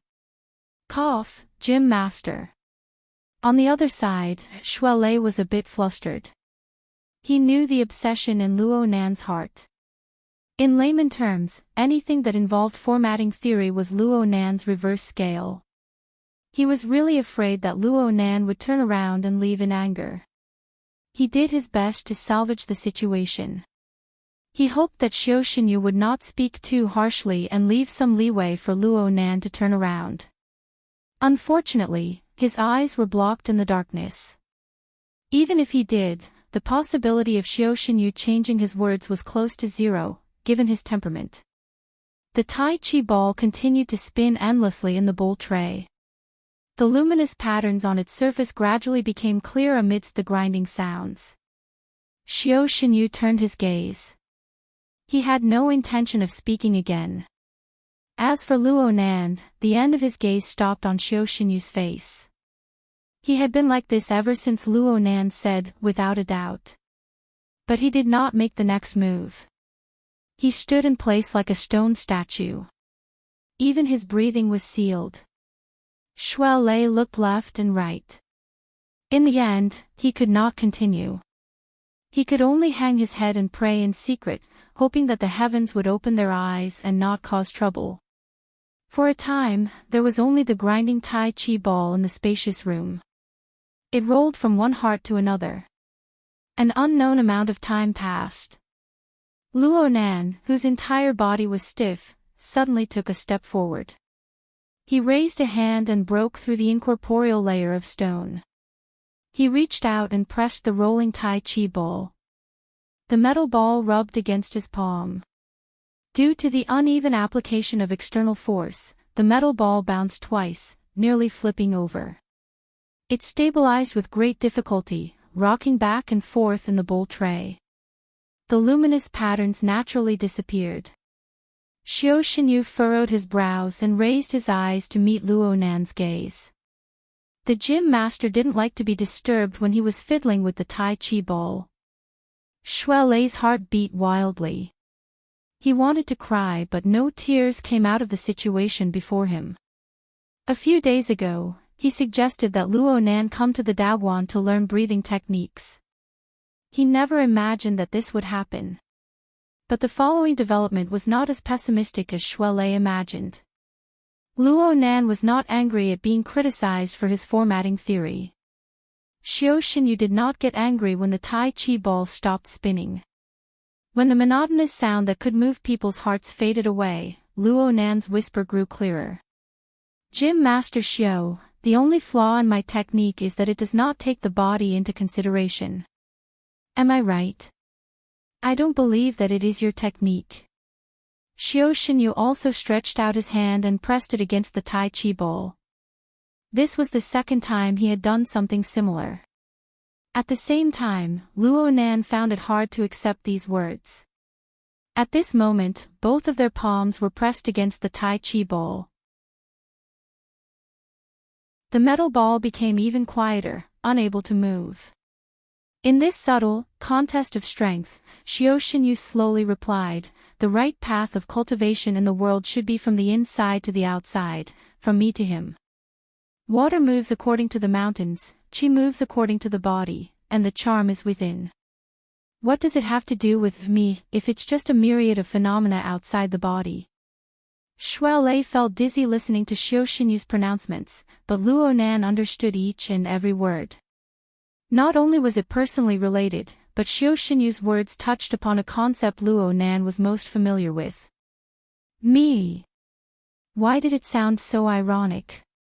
The 16 words written on the title page of Grandpa's notebook were all preceded by the word I. My heart is a prison, my heart is a furnace, my heart calls for a mirror, my heart calls for a country. Wasn't formatting theory rooted in me? How could it not be? It was this root that caused Luo Nan to blurt out his rebuttal, "It can't be. When I cultivate, I always use the me as the axis. What do you use to determine the me?" Xiao Xinyu did not give Luo Nan the chance to continue arguing. He directly pierced through Luo Nan's final line of defense. The me of cultivation has the structure of the body and bones, the circulation of energy and blood, and the changes of movement and stillness. It must exhaust the nature of matter. Only by being unprepared can one guarantee every step and every seal, without any mistakes. You have failed to do this. Luo Nan stopped talking. He listened in silence. Using pure consciousness as a reference, without any material foundation, it is only natural for one to make mistakes. If it were someone else, their body and soul would be out of balance to a certain degree. They would be restrained, and it would be difficult to move even an inch. But you are like a towering iceberg, expanding layer by layer. There are no signs of restrictions. Xiao Xinyu did not continue speaking after this, but his meaning was clear and unmistakable. No matter how vast and powerful the structure of the mental plane is, the core mechanism that increases and decreases changes cannot be linked to the person. How can it be said to be yours? Luo Nan's eyes drooped as he stared at the Tai Chi ball in front of him. He was a bit lost in thought. Seeing that the room was about to enter a state of silence, Shuai Lei could no longer hold back. If there really is such a problem, then it must be adjusted. Gym Master, this can be adjusted, right? Shuai Lei's choice of words was very particular, but Xiao Xinyu's response was very straightforward. External techniques cannot be used by me. It is not too late to start anew and return to the right path. Luo Nan raised his head upon hearing this and looked straight at Xiao Xinyu. His face was wooden and expressionless. Shuai Lei saw that the situation was far from good. He rushed forward a step and grabbed Luo Nan's right arm. You can mull over this a bit more. Luo Nan knew what Shuai Lei was nervous about, but he was not actually angry. He was just thinking about his grandfather. It was probably because Xiao Xinyu's emaciated physique was a bit similar to his grandfather's. Luo Nan's thoughts drifted to the sanatorium. There was an insane old man there, tormented by illness to the point that he was no longer human. His life was nearing its end. What had caused all of this? Luo Nan was not a doctor. He was unable to make an accurate judgment. However, there was an obvious fact right now. Luo Nan had previously confirmed that he was agitated by anger, but it was meaningless to improve the old man's illness. On the other hand, if Luo Nan admitted the flaws of formatting theory and was able to make some amendments on this basis, then the positive effects would likely be immediate. Luo Nan's mind was a bit absent-minded at this moment. His thoughts changed as fast as lightning, but it was never a simple process. The undercurrent of subversive concepts churned the sand in his heart. Over 5 years, the hardships and obsession of refining and taking medicine day in and day out drifted and surged at this moment. He inexplicably cut into the silhouette of gear under the setting sun. He also looked across the lake at the empty treehouse. Luo Nan was unable to grasp his own emotions for a time, but he had already made up his mind. He took a deep breath, forgetting about whether or not it was flawed. He took a step back and faced Xiao Xinyu, bowing heavily. I cultivate in formatting theory. It is my grandfather's life's work. I can't give it up no matter what. If the gym master is able to help me mend my flaws and correct my mistakes, I will never forget this favor. Xiao Xinyu seemed to be startled for a moment. Then he shook his head. You are willing to be controlled by the law. You wish to be imprisoned, but you cannot obtain it. Luo Nan just looked at him. Can I? Xiao Xinyu answered normally, I'm not proficient in visualization and the like. I can only practice martial arts and refine energy. I can't deal with the so-called flaws and errors in your formatting theory. At most, I can help you strengthen your body, increase the endurance of your body, and give you the space to adjust and experiment. It's enough. Luo Nan was resolute and decisive.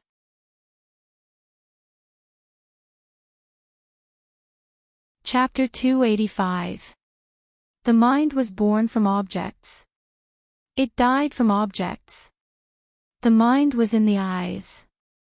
Luo Nan seemed to be asleep yet not asleep. He seemed to be awake yet not awake. It was as if he had entered a meditative state. He really did see the visualization diagram revolving in the void. But at the same time, there were also countless shadows that seemed to be real yet were not. They filled the air inside and outside. Every shadow was similar to his figure. They seemed to be everywhere, yet not a single one was real. Then Luo Nan's mind sank down, pointing straight at the center of the inscribed sphere. He fell into the deep prison. The shadows were truly like a shadow following the body. They all followed him inside. Thousands of dark chains moved in unison amidst the crashing vibrations. They interweaved like a net, and in the depths of the prison, the lukewarm firelight flickered, illuminating layers upon layers of chaos. It blended and intersected with the myriad of shadows. It was impossible to distinguish them clearly. It was like a flock of bats. The demonic shadows danced, and the waves and clouds were unpredictable. Me. Which is me? In his daze, Luo Nan's point of view changed. It was as if he was looking down from high above. He saw the light coming up, and the firelight in his eyes merged into one. It radiated great light, suppressing the demonic shadows. He suddenly woke up. He opened his eyes. They were a bit blurry at first because the room was dusky. The sky had yet to brighten. Only the light from the human figurine lamps shone into the hole. Light and shadow interweaved, forming silhouettes above the junk in the room. The ordinary and mediocre images gave him an indescribable feeling of novelty. He didn't know if it was a psychological effect. Luo Nan flipped over and sat up. The blanket covering his body slid down. The chill of early morning flowed through the open door, making him shrink back. A low and hoarse voice suddenly rang out from the corner of the room. It was Xiao Xinyu. Empty your vital energy, hear and see in the dark. The heart is blessed with blessings, but not a single thought arises. It's time for you to do your morning lesson. Do as you did last night. Luo Nan closed his eyes and opened them once more. This time, the aftershocks from his dream were eliminated, and he truly woke up. He looked at his wristband. It was a bit past 4:30 in the morning. No wonder it was so dark outside. Xiao Xinyu did not say anything after that. However, Luo Nan could feel a gaze resting on his body, supervising his homework. Yes. The hard days had begun since last night. Luo Nan did not say much. After calming his mind, he began to breathe. His mouth and nose gradually became misty. Luo Nan didn't take it a step further after finding his rhythm. He first massaged his face, especially the acupuncture points around his eye sockets. Then he reached out and crossed his legs. His fingers and palms intersected, and he used a special technique to press. Then he rubbed his feet. His hands had a specific position, but his movements weren't very pleasing to look at. His hands had specific positions, but his movements were not very good. Luo Nan subconsciously increased the strength of his hand. Soon his hands and feet became warm, and his tendons and meridians became unobstructed. After that, he put his hands behind his back and tried his best to press the area on both sides of his back. This series of movements was like doing exercises, an older version. As he was doing this, Luo Nan felt a pain on his back. Xiao Xinyu had used a finger to jab into a point, and Luo Nan's voice entered his ear once more. Here. You need more strength. Luo Nan's breathing was chaotic for a moment, but he soon adjusted himself. He followed Xiao Xinyu's request and hooked his hand to touch Xiao Xinyu. He continued to press down until it was sore and hot. Luo, but soon. Luo. Luo Lube done. Done. Luo. Most importantly, no matter which part of the body he moved, his eyes would follow it closely. If there was even the slightest misalignment, Xiao Xinyu would immediately speak up to correct it or even make a move to reverse it. Luo Nan did this 9 times. Though he didn't seem to leave his original spot, the consumption was enormous. A layer of sweat had already appeared on Luo Nan's body. It was especially so for his eyes, which had to be moved from time to time. Coupled with the effect of the massage, it was already slightly hot, as if there was steam rising in his eyes. He was on the verge of tears. Luo Nan closed his eyes slightly and restrained his thoughts. Only now did he conclude his cultivation. This series of movements was something he had just learned last night. Xiao Xinyu had taught him step by step how to massage his head, hands, feet, and torso, how to bend and stretch his limbs, and how to supplement his breathing.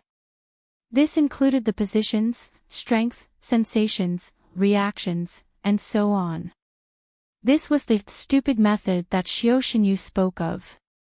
It was methodical and there was almost no room for the mind to think or visualize, and there was not the slightest bit of falsehood. Xiao Xinyu said, "It is shaped like a bowl, bearing its weight, yet repelling it. A strand of its spirit is imprisoned within, yet its tail is too big to fall off. If you want to correct it, the first thing to do is to open up the layered membrane between the essence, energy, and spirit. Only by starting with the body, cultivating both inside and outside, strengthening the body's functions, cultivating vital energy. It is like adding a fire to the bottom of the bowl, using the body's temperature to melt the tip of the iceberg and obtain a share of the soup. If you want to reach the standard of temperature, you can no longer practice pure tranquility techniques. You need to exert force while walking, sitting, and lying down. You need to circulate your vital energy functions. According to Xiao Xinyu's words, Luo Nan's current cultivation was shackled by external techniques. His fleshly body was weak. He was only connected to the inside and outside of his body through the 9 orifices. The so-called 9 orifices were the eyes, ears, mouth, and nose, and the 2 orifices of the lower body. There was also the saying of the 9 orifices and 3 essentials. The eyes, ears, and mouth were the most important. The eyes were the master. The unwritten charm had a saying, "The mind is born from objects, dies from objects." The key lies in the eyes. Luo Nan's cultivation was on the mental plane. It was difficult to utilize the fleshly body. Right now, he needed to utilize the natural physical properties of the body, like drawing water from a canal. He needed to gradually form a scale and seek a breakthrough. Luo Nan only half understood Xiao Xinyu's theory. He just knew that he needed to start with the eye's orifice. Speaking of which, he had yet to form his self-format in his early years. He had only manifested a few small abilities. Aside from the Big Stomach King, which strengthened the digestive and absorption capabilities of his internal organs, his true external manifestation method, the hypnotist, was to use the eyes as a medium to intimidate the mind. Luo Nan had gained a bit from his own experiences. The morning class lasted for nearly an hour, ending at 5:30 a.m. Luo Nan washed his face and rinsed his mouth. When he stepped into the courtyard, he saw Shuelei sweeping the fallen leaves in the courtyard. Luo Nan went to help, but he was refused. "Save some energy. There won't be a public bus to the school in a bit. Run there. Isn't it a bit late today?" It was nearly 50 kilometers from the Daoguan to Acumen College. It was not that Luo Nan had never run such a distance before, but it was almost 6:00. He estimated his own abilities and did not believe that he could make it before class started. "Oh my, your ambition is commendable." Shuelei grinned and gave Luo Nan a thumbs up. But then he shook his head. "I'm the one running there. Your current body isn't suitable for running. You can make do with the public bike spots here at Boshan Building." "Oh, Nanster, your complexion is quite good today." Luo Nan felt quite good about himself. The soreness of his body had yet to subside, but his mind was focused. His energy flowed smoothly, and his mind was clear. He was quite different from yesterday. He had a general idea of what was going on. It had been a month since he achieved the self-format of "My Heart's a Prison." He had stopped the usual process of making medicine and taking medicine. He did not have a practical cultivation method. Most of the time, he was tired of dealing with the endlessly soaring soul strength. He was in a very passive state. Even if he polished a few techniques, they were scattered and not systematic. Right now, Xiao Xinyu's path was solid. Every segment and every item was a practical step. Even if it was a stupid method, Luo Nan now had a starting point. Luo Nan was not afraid of hard work. He was only afraid that hard work was meaningless. Compared to the big goal of verifying the correctness of formatting theory and justifying his grandfather's name, the small goal that Xiao Xinyu had set for him was truly within reach.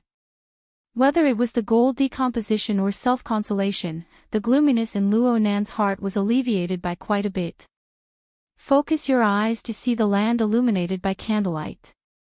Don't let it go, don't lose it.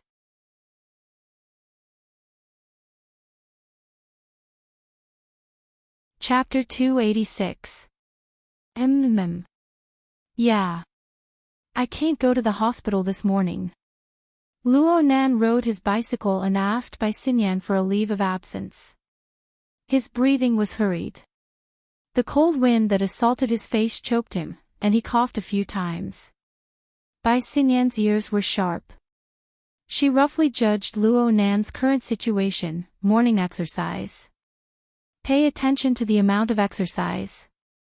As for treatment, your current condition is stable. It's fine to miss it once in a while. Oh right. How's the sleeping ability going? Luo Nan grunted and grunted in response. He didn't say much. Bai Xinyan didn't ask any more questions and quickly hung up. It looked like she was going to carry out the pleasure therapy to the end with such an attitude. Luo Nan huffed and puffed, forming faint white smoke in the cold morning. Right now it was 7:20 in the morning. He was still one street away from his final destination, Acumen College. But he had been riding for nearly 2 hours, and his stamina was pretty much squeezed out. Shuai was ahead of him by a body length. Right now Luo Nan felt that his thighs were stiff. His calf muscles were spasming. His chest and back felt as if they had been washed.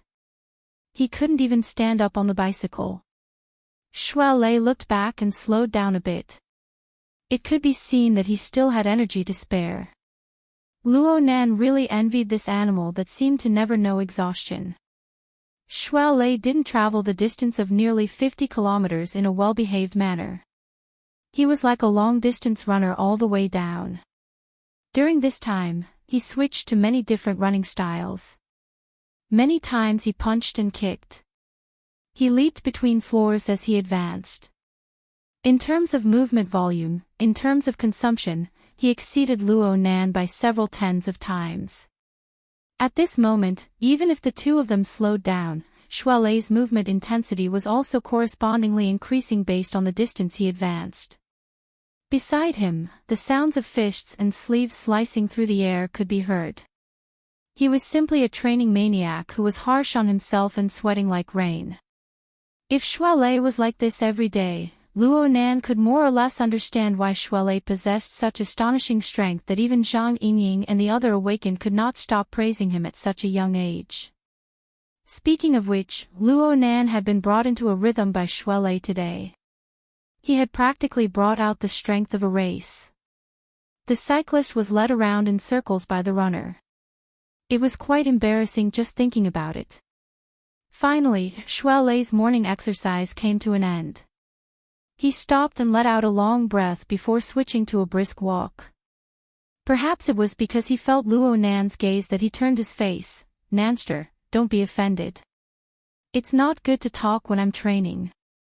Indeed, Shuai hadn't spoken a single word along the way, which was quite different from his straightforward and talkative personality. "It's nothing. It's pretty good this way." Luo Nan was truly impressed. He was also deeply moved. How can you not put in effort when it comes to practicing martial arts? Shuai didn't immediately speak. He sized Luo Nan up and down a few times. Then he grinned and said, "The gym master often says that luck is #1 in martial cultivation. If you can't grasp your luck, then don't mention anything else." Luo Nan went, He really couldn't think of any connection here. He couldn't help but ask, "What's the theory behind this?" The dojo master once used breathing as an example and talked about it. "Let me tell you about it." Shuai shook his head and said, "The human body has respiration and metabolism, and so does the world. We are insignificant and short-sighted. We can only see what's in front of us, concentrating on our own breath and breath. The breath of the world needs to be sought in the hazy long river of time. We are unable to see the flow of time. It's very difficult for us to coordinate our breathing with the breathing of the world. But we can be sailors. We can use our bodies as boats. We can use fine operations to ensure that we don't miss the slightest bit of wind direction and water flow within the waves of the long river of time. In the end, we can use the breath of the world to assist the breath of a single person. Whether it's going with the current or against the waves, the speed of a boat is faster than the speed of water. This is the true meaning of cultivation. Within this, wind direction and water flow are luck. Sand can be gathered to form a tower. Wood can be gathered to form a forest. Small forces can be gathered to become great forces. One by one, they respond to the body and soul, strengthening the body and transforming the vital energy. Isn't this quite hard to understand? Shuai was a bit uncertain of Luo Nan's ability to understand as he spoke. Luo Nan grunted. He knew that Shuai wanted to remind him of a few things. It was probably something about focus and willpower, but Luo Nan was unable to understand the specifics. Shuai laughed. "I didn't understand at the time either. But then the gym master explained that we are all people who operate boats. It's hard to avoid being surrounded by dangers as we traverse the long river of time. In the olden days, when a fisherman on a river encountered a rapids and dangerous shoals, the boat would be destroyed and the people would die. The exhaustion of strength was secondary.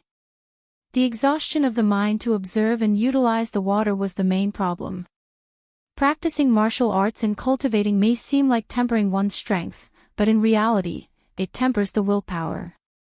It tortures the mind. Whether it's ordinary training or facing enemies in battle, the mind comes before the energy, and the energy comes before the strength.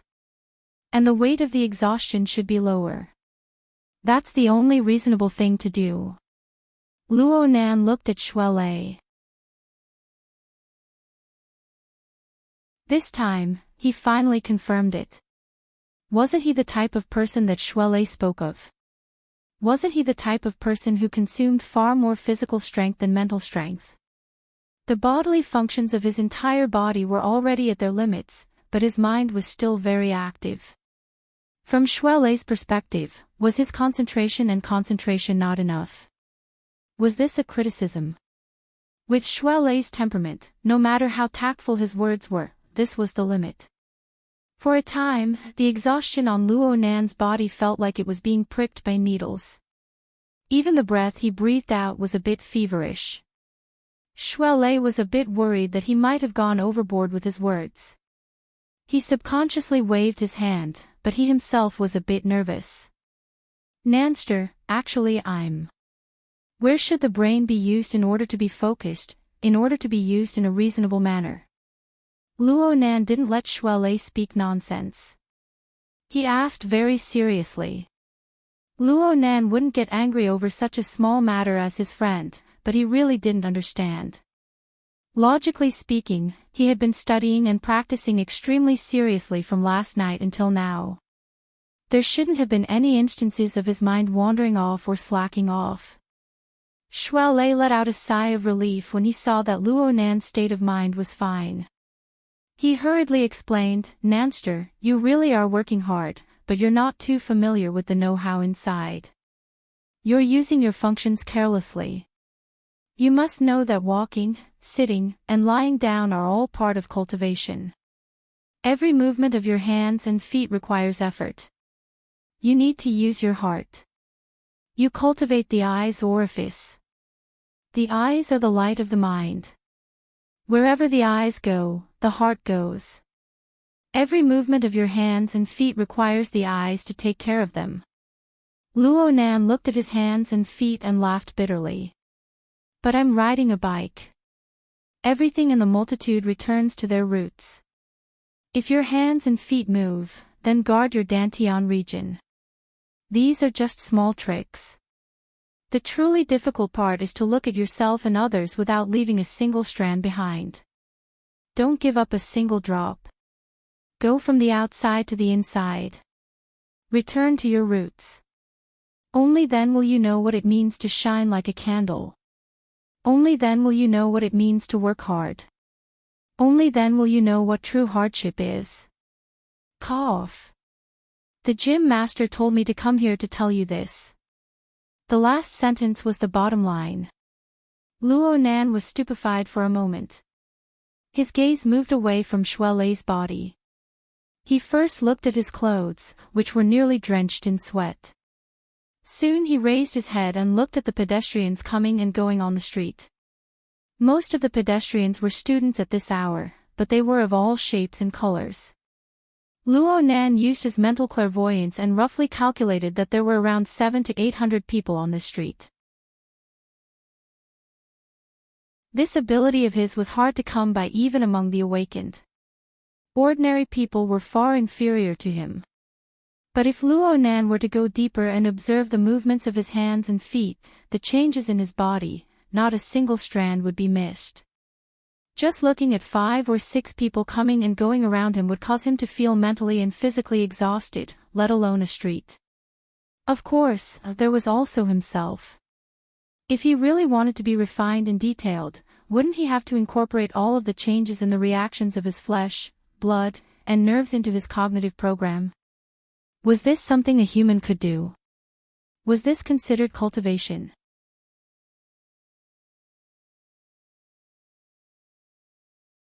Chapter 287. Luo Nan sat on the stone steps. The loose-leaf notebook rested on his knees, positioned at a comfortable angle. Behind him, the classical auditorium only blocked half of the sunlight. The lukewarm sunlight and the chilly shadows laid side by side. He just so happened to be at the boundary of light and shadow. He faced the complex lighting environment with his eyes half squinted. His focus overlapped with the tip of his pen, and he moved his pen along the surface of the paper, revealing neat characters. The breathing metabolism of heaven and earth is the format of heaven and earth. The breathing metabolism of the human body is the format of the self.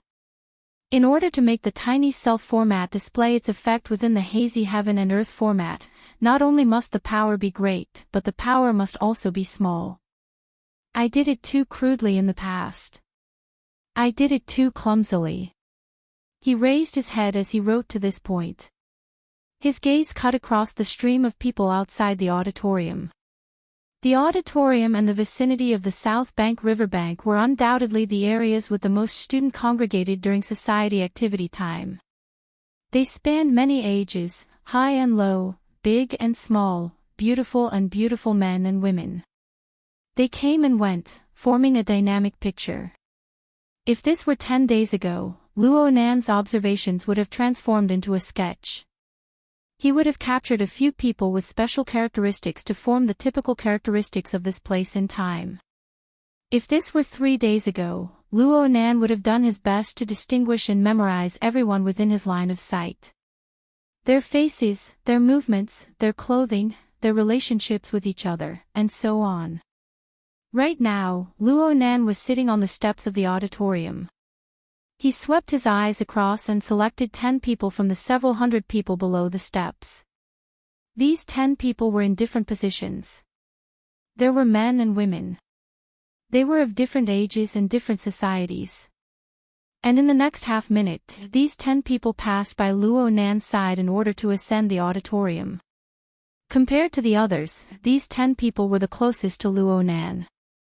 There was practically no difference in the order they passed by.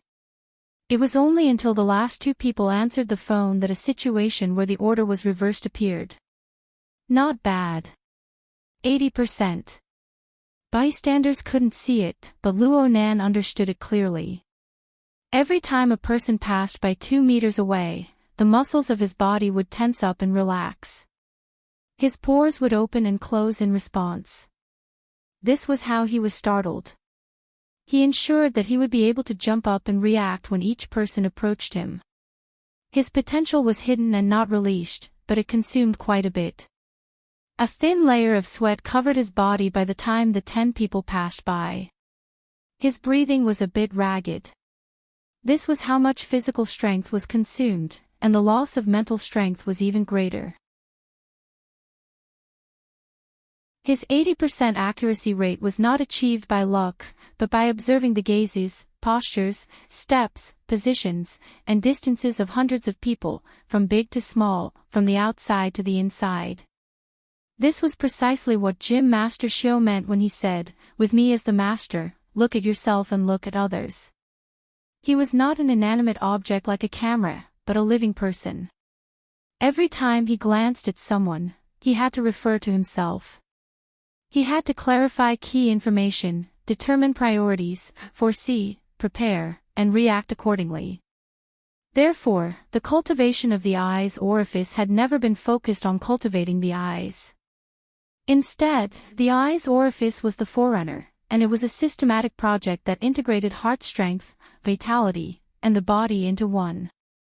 It was a wondrous cultivation that used a single point to move the whole body. Luo Nan spent nearly a week to comprehend it. Then he used another 3 days to consolidate it.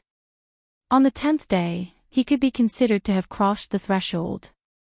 Thinking back to the cultivation process, it was truly unbearable. This required Luo Nan to maintain a high level of acuity from beginning to end.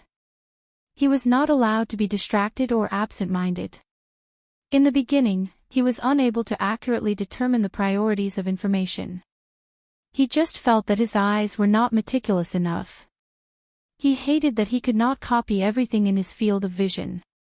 It seemed that if he did not do this, he would not be able to reach the standard of arduous cultivation that Jim Master Show spoke of. This meant that he was completely focused at every moment, tormenting his mind until his eyesight and brain power were squeezed clean. Now that he thought back to it, Luo Nan felt that his eyes were sore and swollen. He reflexively wanted to shed tears, or he might as well just close his eyes, lie down, and sleep. This was the greatest joy in the world. When Bai Xinyan saw Luo Nan in this state, she completely cancelled her Frost River waterway training. According to her, Xiao Xinyu's torture was more effective than any consumption of energy. If Luo Nan continued to burn like this, Luo Nan would not be able to last until Dr. Clay, who had repeatedly delayed his trip, arrived at Xia City. Luo Nan now knew that he had taken a detour, but Gym Master Xiao had lightly said that beginners shouldn't be afraid of going overboard. It was possible to want to be neutral, to foresee the extremes, and to measure the increase and decrease. Alright, Luo Nan would remember to measure the increase and decrease for the rest of his life. Luo Nan flipped his notebook forward to the flexible e-ink screen. He opened the statistical form and added the results of this training. Then he returned to the diary page and held a pen to write. October 25th, training with 1,000 people completed. Overall success rate, 72.2%. After dividing into groups, success rate, 55.6%. Final success rate, 19%. After completing the basic data analysis, Luo Nan closed his notebook. He ignored the strange gazes of the pedestrians around him and took out a bottle of medicine. He poured a drop of eye drops into his eyes and did a facial massage. His eyes were first soaked with coolness, then steam rose in the blink of an eye.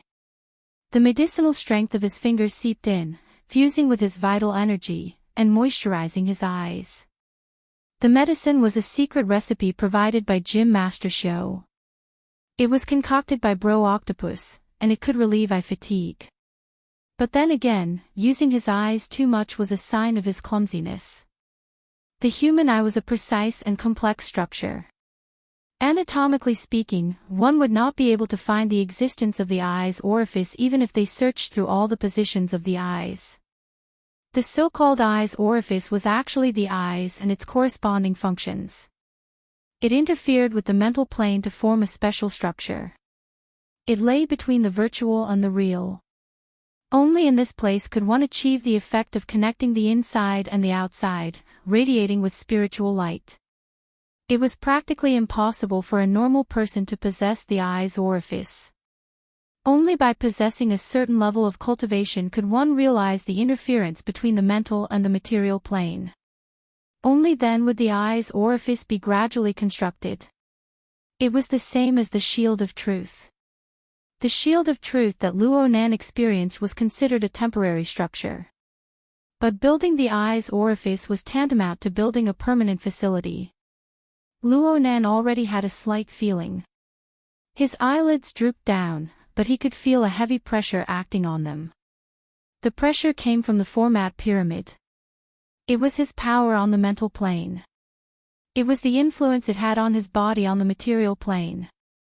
Other people cultivated by creating something out of nothing.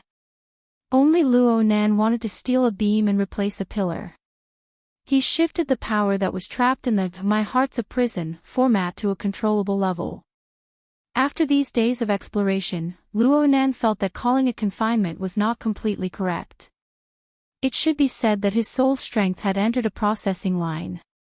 It had to complete the process and become a certain finished product before it could be taken off the line. This greatly limited the scope of its usage. It was fine to use chains to bind people, but it was hard to use it for embroidery. If Luo Nan really wanted to transport the raw materials, then he would need to break through the barrier of "my heart's a prison." First, he would have to consume the materials internally. It could be said that not even 1 out of 100 could be saved, and it had to be done on and off. There was no efficiency to speak of. It was precisely because of this that the results of the soul strength activation exercises in the simulator layer of the psychic wave network were so terrible. But now that he was cultivating in the eye's orifice, the intermittent supply was not unbearable. This kind of work of grinding with water had the material plane constantly bearing and echoing it. It could be said that dripping water wears away a stone. Even if only a single drop was transported out every day, it would leave a mark when it smashed down. It would be like this day in and day out. It would be like a depression that could store water. Like this, it would gradually expand. Plus, Luo Nan was not that miserable yet. The eye's orifice that Luo Nan had just built was like a pool that stored water. Soul strength trickled in. As long as Luo Nan took care of it carefully and prevented it from evaporating or leaking, it could become a pool, a lake, or a sea after a long time. At this point, Luo Nan did not need Gym Master Xiao to mention it again. Luo Nan naturally understood the principle of concealment. He used 70% of his soul strength every day and stored 30%. 70% was used to temper the eye's orifice and build the structure. The remaining 30% was stored within. When Luo Nan closed his eyes, it was like rolling beads spinning in his eye sockets. It seemed cold, but it wasn't cold. It seemed hot, but it wasn't hot. It was warm and cool. It was hard to describe the wondrous feeling.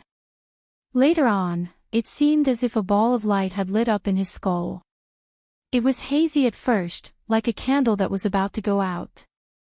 But if Luo Nan worked hard every day and wiped it, he would make progress. There was another name for this. One heart lantern, a candle illuminating the 9 underworlds. Gym Master Xiao had said that when the heart lantern probed and illuminated the inner organs, Luo Nan would have achieved minor success in the eye's orifice. At this point, the eye's orifice had truly set up a platform. It had an outline. It was no longer a mirage or the ravings of a madman. Luo Nan didn't like to open his eyes because of this, especially when he was alone. He would droop his eyelids and feel the moist, warm, and cool feeling of the glimmering candlelight. It was truly a good feeling. He sat there, seemingly in peace yet not awake. His eyes could not see anyone, and he did not deliberately use his mental senses. Yet the pedestrians that passed by him all left behind faintly discernible traces on his body. When the heart lantern shone, the traces were revealed. Sometimes Luo Nan felt that he was like a spider. He used this marvelous method to weave an incorporeal web. The multitude of living beings, as long as they passed through, would give him a stir, and he would respond accordingly. In comparison, clairvoyance on the mental plane had a greater range and a deeper level, but it definitely did not have such a direct and pure reaction mechanism. Ha! Luo Nan's shoulders suddenly slumped, but he was a step too late. Shuao Lei pressed down on him from behind, and the feeling of a spider weaving a web instantly shattered. The bug was too big. Ha! Did you use mental senses? No. Luo Nan's reaction failed. He was a bit depressed, but he still narrowed his eyes and responded with a single word in a bad mood. Then you can see me coming from behind. The heart lantern of the eye's orifice illuminates oneself and others. It's only been a few days. Beginners need to smelt their thoughts, open their flesh and bones, and build their foundation in 100 days. I used 2 months back in the day. Even Shuao Lei was a bit envious when he saw Luo Nan's progress. I haven't succeeded yet, and I have a foundation. The gym master said it earlier. Even if your foundation is deep, you are mostly affected by external techniques. Your body is weak. It's easy to understand, but it's harder to achieve than a normal person. Today is the 25th. You can see signs within 10 days. You're a genius. It's not that exaggerated. I can still borrow a bit of strength. Luo Nan had a self-knowledge that was hard for bystanders to understand.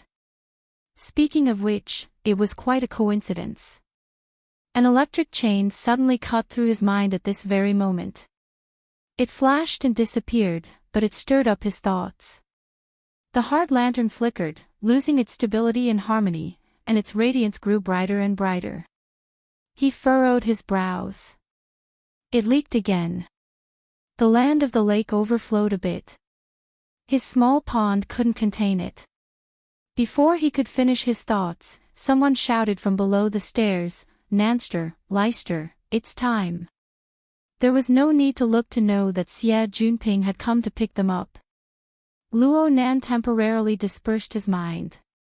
He stood up and walked down the stairs shoulder to shoulder with Shuelei. They entered the car.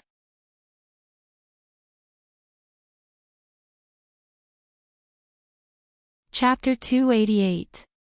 The sightseeing bus sped through the campus. Most of the students of Acumen College were still brainstorming for the club activities. They were trembling with fear for the 8 credits a year. The people on the bus were truly hateful. Unfortunately, no one on the bus had this awareness. In a certain sense, they were a group of people isolated from the real campus. Shuelei sat in the front seat and chatted with Xie Junping about the party. He was a bit curious and nervous after entering a completely unfamiliar circle. Xie Junping was laughing and joking with him. He spoke half-truths and half-lies, playing around with him. Luo Nan sat in the back. At first, he listened to Xie Junping and Shuelei chat, but then his mind sunk into the heart lantern of the eye's orifice. He clairvoyantly observed the flickering flames and the changes in the surrounding environment, not missing a hair. The heart lantern of the eye's orifice lit up, illuminating a region of his brain. The results of this cultivation were quite mysterious, but it wasn't the first guest in Luo Nan's brain. There was another object revolving around the heart lantern right now. The external neuron. This dynamo core was like a dragon that floated in his brain. It moved around the lantern, appearing and disappearing from time to time. When it got closer, the electricity overflowed, baring its fangs and brandishing its claws. It intersected with the flames of the heart lantern, swallowing and spitting. It seemed as if it could be swallowed at any time. It made one's heart tremble with fear. This sort of situation had existed not long after the heart lantern was lit. And it absolutely didn't just look scary. This was the first time this thing came close. The energies of both sides reacted, and the electricity radiating from the external neuron directly extinguished the heart lantern. Luo Nan's many days of hard work were destroyed in an instant. Similar situations occurred 7 times in a row, tormenting Luo Nan until he began to doubt his life. In the 8th round, when he was close to despair, the electricity directly entered the heart lantern. It strongly fueled the ignition, illuminating everything with light. The amount of growth this time was 10 times more than the sum of his hard-earned savings. Over the next few days, the external neuron would come every time he finished cultivating in the eye's orifice. It would bombard the heart lantern with electricity. Luo Nan's goal of 1,000 people per day was to form groups of 100 people.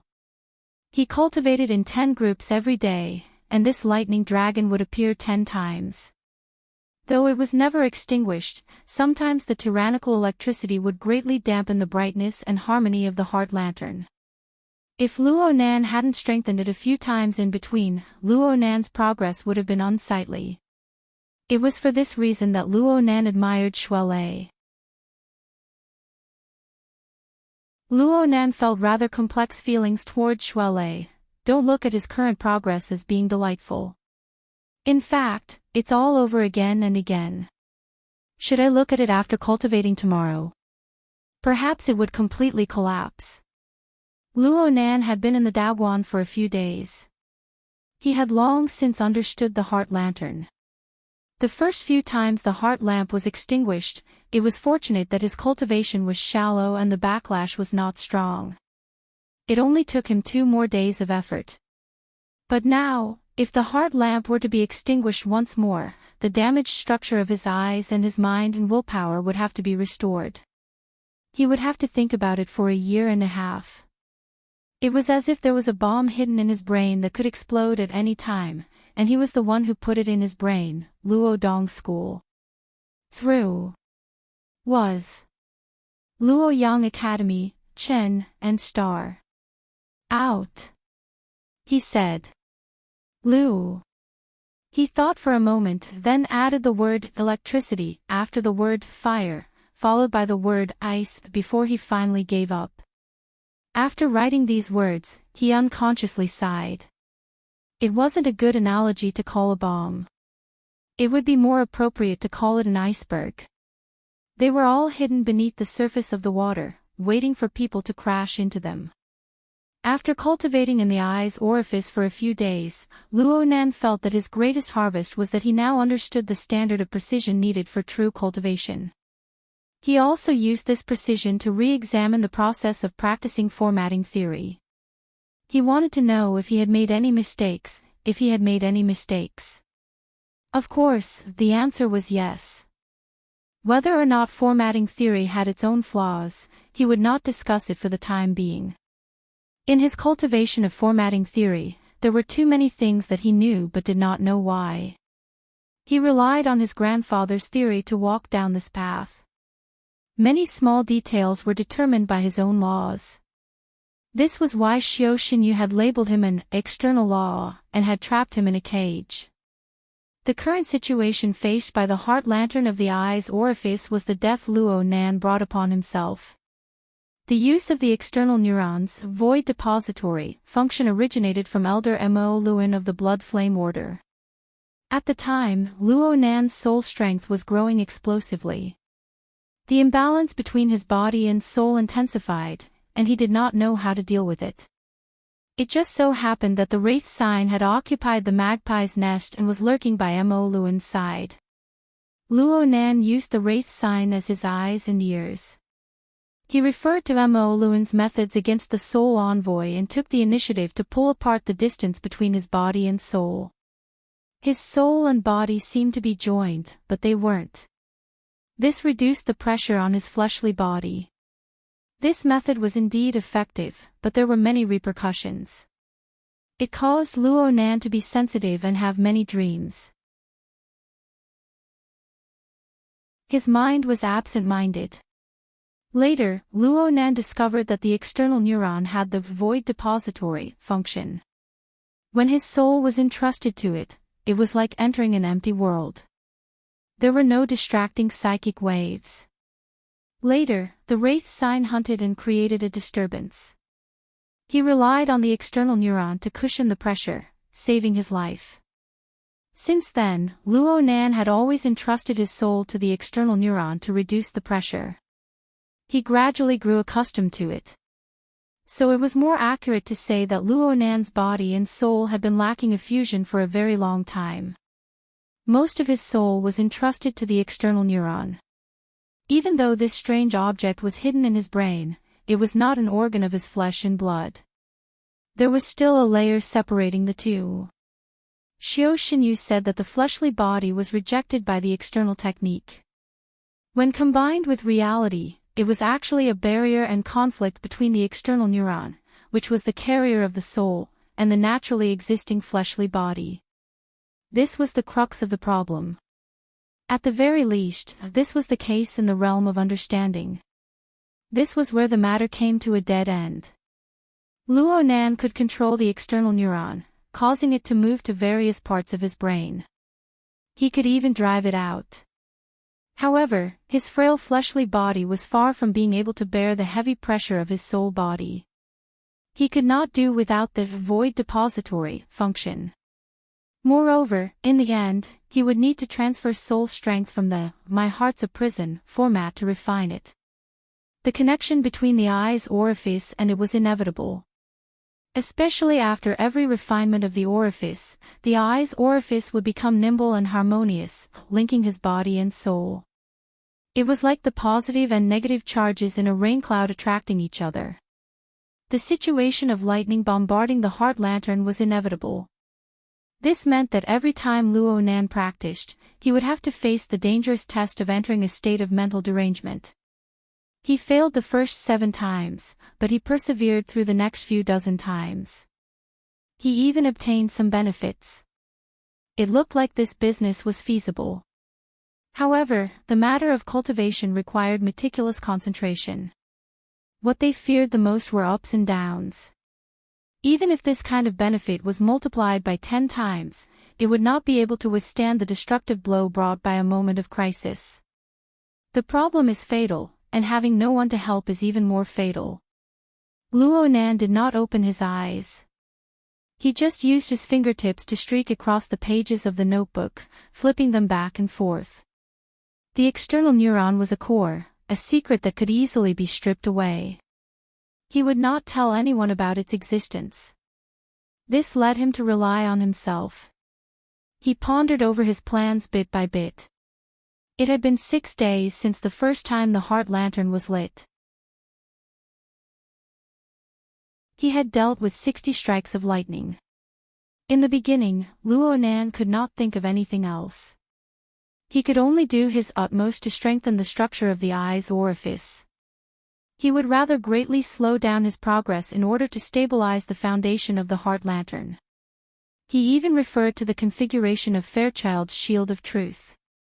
He borrowed the half-formed eye's orifice, the fusion of body and soul.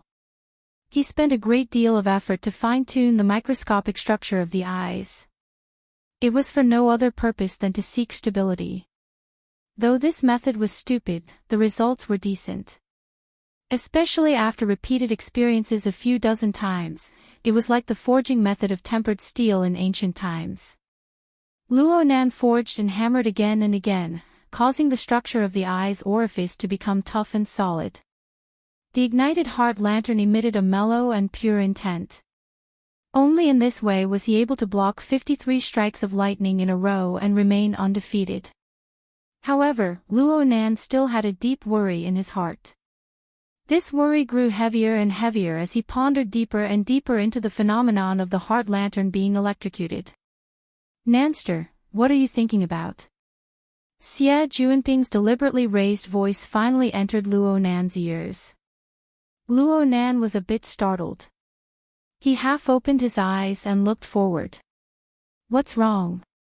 Shuai Lei's complaint rang out at the same time. Don't disturb him. Maybe he's cultivating. Xie Juanping laughed. The car is swaying back and forth. What kind of cultivation is he cultivating? Aren't you afraid of running amok? Luo Nan was left speechless after being stabbed in the face. Xie Juanping didn't look at the road. He turned his head and laughed. People train in martial arts. The more they train, the more spirited they become. For example, Leicester. But look at you. You've been drooping your eyes these past few days. It's like you haven't woken up yet. If you train like this, which pretty girl would pay attention to you? Luo Nan leaned back, doing his best to relax his body. His eyes remained squinted. Yesterday you said that you were going to meet some friends. It would be more convenient to deal with the matter of gear. Of course. Of course I said that. Xie Juanping put on an innocent face. But didn't I tell you? Vice President Tang Yi of the Mystic Arts Research Society has the highest chance of ascending. Her nickname is Blood Peony. She's a standard beauty complex. You can't even get close to her unless you're a handsome guy over 80 points. Even if you do get close, most of them will be trampled into the dirt. Right now you're relying on your show to face.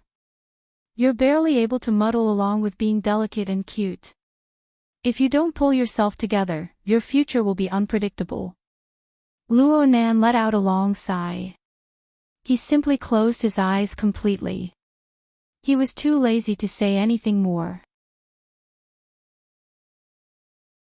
But at this time, the heart lantern burned in his brain. The flames burned brightly, but it lost its harmony. Clearly, the 60th electric shock had stuffed the heart lantern too full. Restoring the heart lantern to the eye's orifice would certainly form pressure on the incomplete structure. This was a situation that needed to be dealt with first. Luo Nan was used to this. He didn't open his eyes. His fingertips fumbled with the notebook, flipping it to the back. He found a flat piece of soft paper sandwiched between the pages. The paper was thin and a bit rough, but it was valuable. This was a paper talisman that Mr. Gao had personally made. It was quite extravagant for Luo Nan to use it for practice.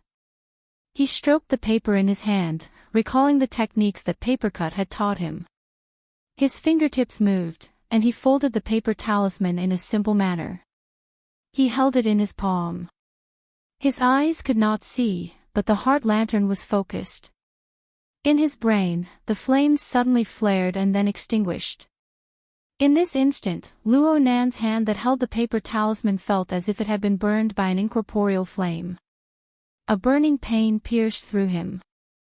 His 5 fingers instinctively opened, and it seemed as if some ash impurities were leaking out from between his fingers. Then there was a very real feeling of impact. Luo Nan's 5 fingers closed once more.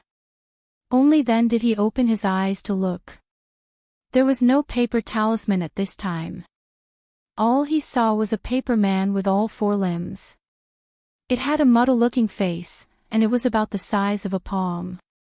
It had collided with the inner edge of Luo Nan's thumb, and then it went limp. The open car frame sent a cool breeze over, and the paper man's hands and feet shook. There was no other reaction besides this.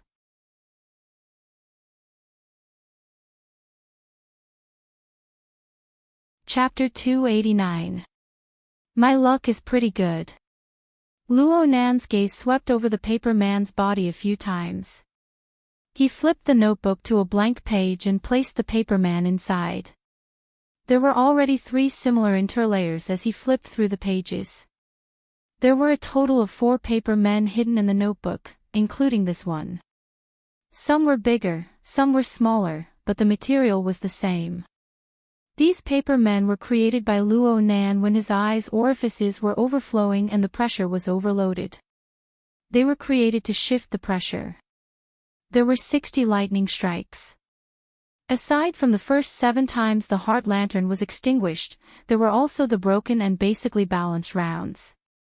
There were a total of 25 times when the pressure had to be shifted. However, only 4 succeeded in the end. The success rate was only 16%. It was pitifully low. Even so, he had to record it down. Luo Nan opened the flexible e-ink screen and recorded the data. Basically, he treated the paper men as this week's homework. He was going to give them to Papercut to look over later. He felt that these paper men were quite different from the works he made when he first started learning. At the very least, the way they were cut was quite cool. Luo Nan put away his pen and blew away the ashes stuck between his fingers.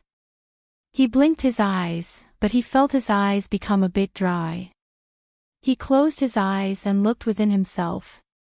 He saw that the glow of the heart lantern was quite weak. It was even weaker than it was before he received the blessing. Luo Nan was not surprised. He was still a novice when it came to soul strength activation. He was far from being precise. He had clearly used too much strength this time. The consumption was too great. He wasn't in a hurry to recover because he would need to transport his soul strength out of the My Heart's a Prison format if he did so. The external neuron might give him a fierce blow. It really wasn't worth it. He allowed the vitality of his body to naturally nourish and recover. Although it took a long time, it was stable. It could be said that he had a degree of relaxation. In the front seat of the sightseeing bus, Xie Junping spoke of the blood peony. Oh, he spoke of gear. He was still in high spirits. A woman as powerful as Tang Yi needs someone even more powerful to conquer her. Otherwise, she needs to do what she likes. Nanster, you really don't lose out. You can tell that she's a great beauty just by looking at her nickname. Today is the 25th. The 30th is Monday's gear auction. Time is tight, and the task is heavy. I can't drag this out any longer. Luo Nan raised his leg and kicked the front seat, giving Xie Junping a warning. Then he changed the topic to a normal direction. Do you have any idea of the base price for both sides? There is no definite news at the moment, only rumors. Xie Junping shrugged his shoulders. Sissy Du's face is covered in dirt, and he's been kicked out of his house. His connections in the society have been cut off by quite a bit. He only mentioned it briefly, saying that the backer behind the Mystic Arts Research Society wants to cooperate with the Construction Society. Cooperation. That's impossible, right? Luo Nan was quite surprised. Wasn't the Order of Justice behind the Mystic Arts Research Institute? Behind the Construction Society was the Rainbow Fund, which was equivalent to Quantum Corporation. What was the point of putting these two families together? Isn't capital something that can change at will? However, it was rumored that the main reason was because the Mystic Arts Research Society had changed their financial backer. It used to be a religious group, but now it had changed to a research fund. It was quite famous. Oh, I mean in our circle, LCRF. Life Cycle Research Fund. Hey, you've heard of it. Xie Junping was very surprised and turned to look at him. I thought you didn't care about these things. I just heard about it. In the next 2 days. Luo Nan spent most of his energy on the heart lantern of the eye's orifice over the past 10 days, but the training courses arranged for him by the society were still ongoing. Aside from Crag Burst and Red Fox's practical courses, several courses had to be adjusted back due to interference power. Luo Nan also persisted in studying the related theories of the Soul Strength Activation Techniques course. He would occasionally do experiments to adjust. Otherwise, the small paper man in his notebook would not exist. Luo Nan's reaction to the information about the Life Cycle Research Fund was lightning fast. This was because the fund was mentioned in He Yuan's World Order inside and outside the Psychic Wave Network and Bamboo Pole's notes on major characters of the world. On the surface, it was funded and established by a few top tycoons. Its main investment direction was the classical direction of human life extension.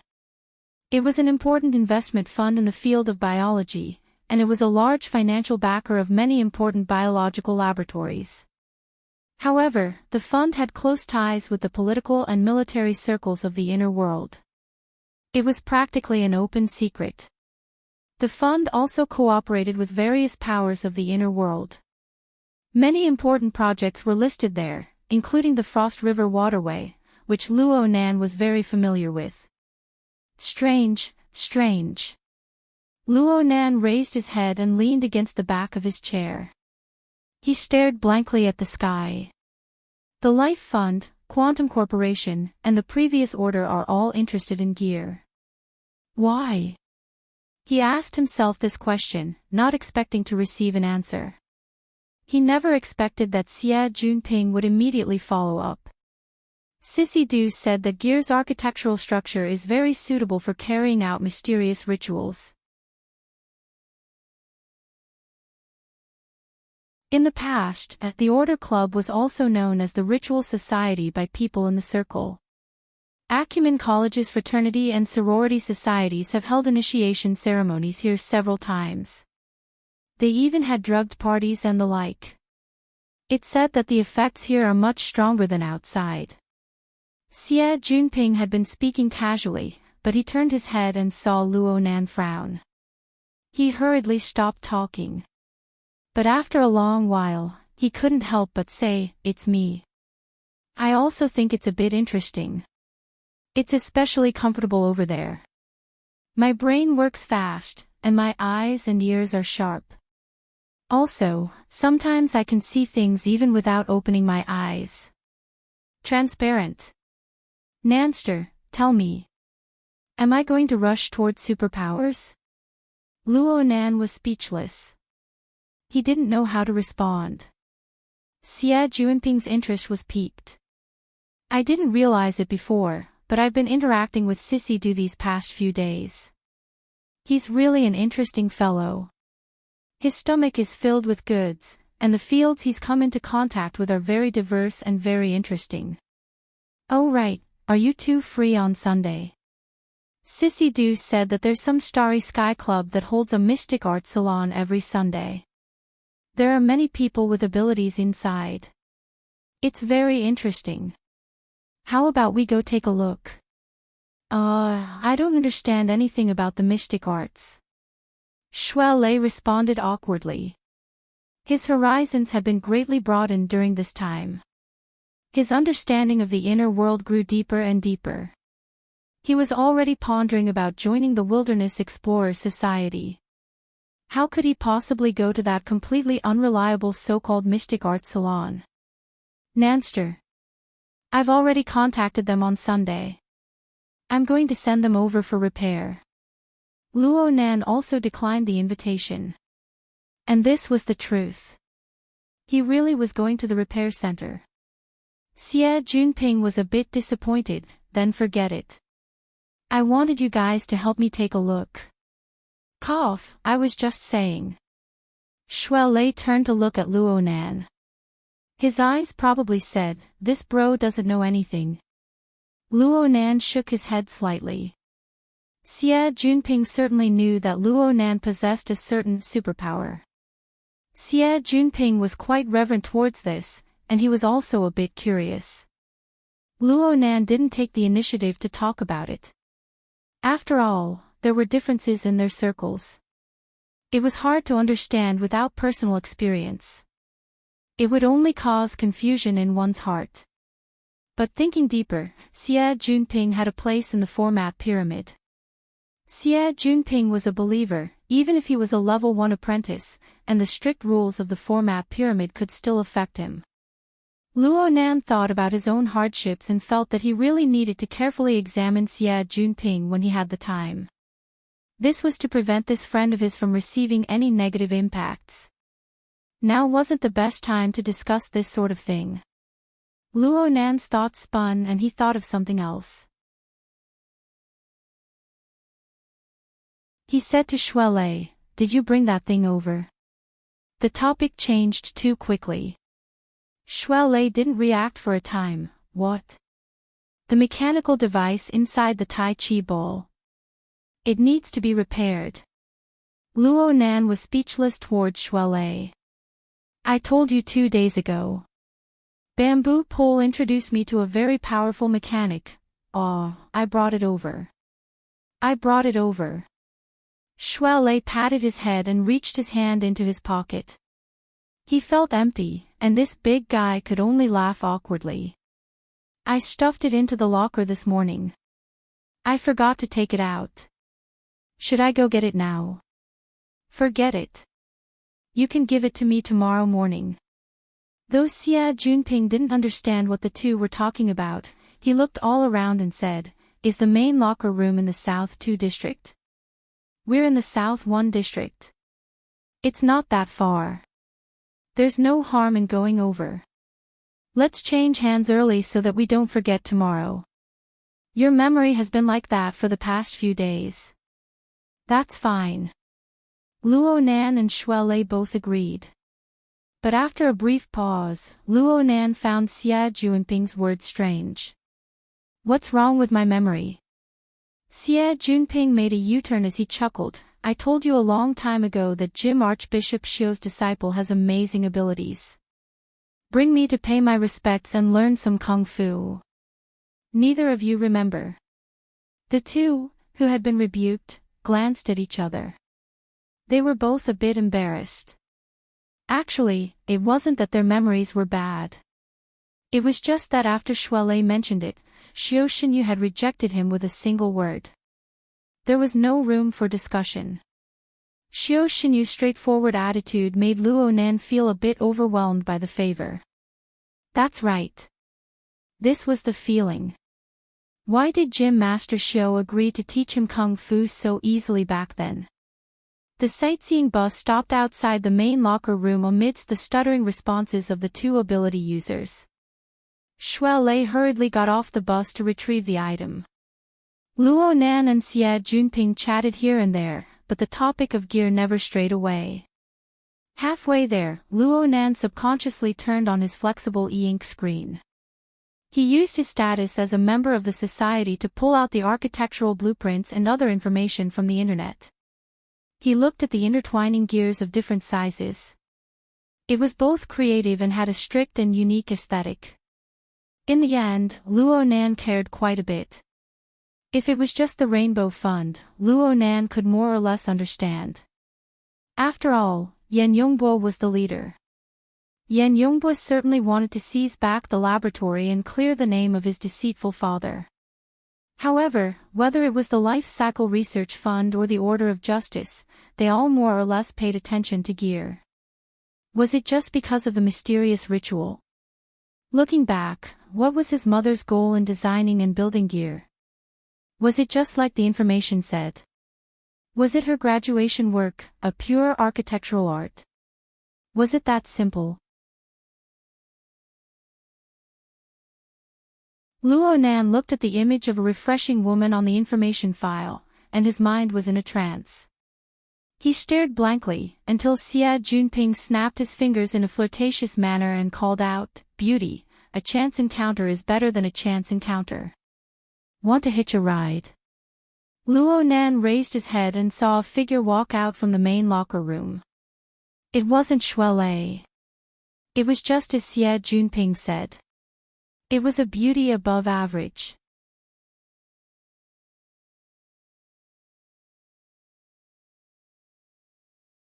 Chapter 290. Hearing Xie Junping's roguish voice, the woman who just walked out of the hall raised her head.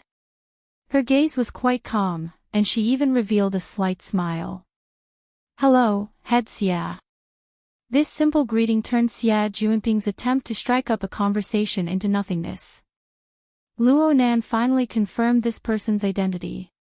"Senior Sister Tian."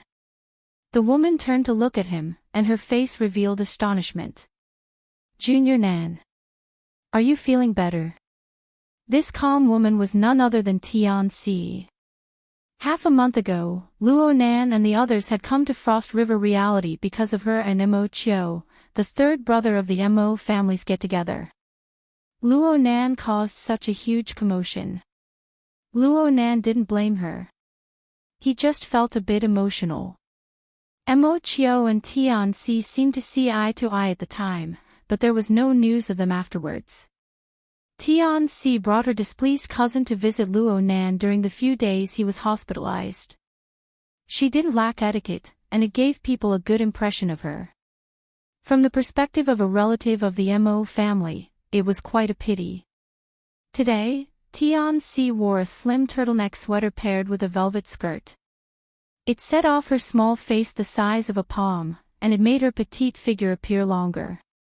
She looked all the more refined and gentle. It was no wonder that Xie Junping took liberties with her upon seeing her. Speaking of which, the two of them were both members of the student organization. Their relationship with each other far surpassed Luo Nan's. "You're also a department head, and I'm also a department head. We're a perfect match." Xie Junping still had a mischievous smile on his face. He jumped out of the car and gestured with his hand. He acted like an experienced driver. "I've been wanting to lead Minister Tian's horse for a long time. Give me a chance today. Don't refuse. I know where you're going. Cloud City Water Village, right?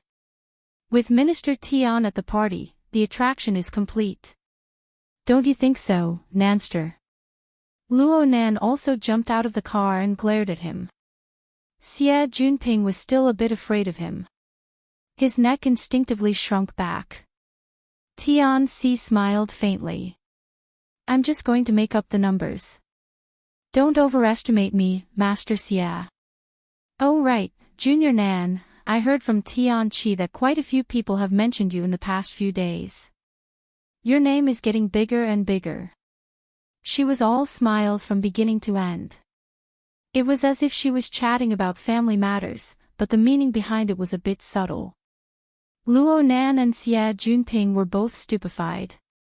Shui Lei just so happened to rush out at this time. He saw the three chatting, and his footsteps slowed down. On the night of Frost River reality, Tianxi and Shui Lei did not meet face to face.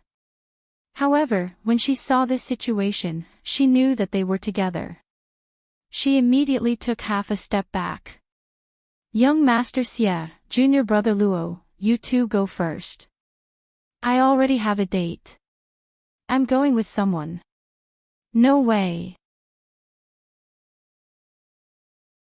Xie Junping was truly immersed in his role. He even forgot Luo Nan's silent warning. His face was like a bolt from the blue. You have an appointment? As a female companion. Tianxi thought for a moment, then pursed her lips and smiled. Yes, a female companion. No matter how unwilling Xie Junping was, he didn't want to continue pestering her. He could only sigh and bid farewell before driving the sightseeing bus away. When he turned the corner, he glanced back and chuckled. This person is really powerful. Luo Nan grunted. There was a mature and mellow soul within Tianxi's petite body. Xie Junping's eyes weren't bad. But this fellow couldn't keep up his airs. He sighed in the blink of an eye. Chen Weikan hasn't been able to get his hands on her after so many years at school. I don't know who's the lucky one this time. Luo Nan gave the driver's seat a light kick. Drive properly. Shui Lei snorted. Chen Weikan. The cause of his relationship with Chen Xiaolin being ruined was his attitude toward Chen Weikan. Back at the Limestone Water Village pub. Naturally, he didn't have any good feelings toward the vice president of the student council. Especially 10 minutes later, when the bus drove past the Limestone Water Village pub, Shui Lei returned to his old place and his mood became even worse. Luckily, the location of the party wasn't set there. Cloud City Water Village had plenty of places to arrange similar group activities. In the Pingjiang district, where the height of the buildings was relatively low, Cloud City Water Village, this super large compound building complex, was undoubtedly the most outstanding and the most eye-catching one. The main body of the compound complex was still around 15 kilometers away from Acumen College, but the derivative building area already bordered the campus. With its prosperity, it attracted tens of thousands of students and teachers. They spent their time there, lingering on and forgetting to return. This was the origin of the name Acumen College's large living area. In fact, Cloud City Water Village used the same method to realize the connection with two other famous high schools in the district.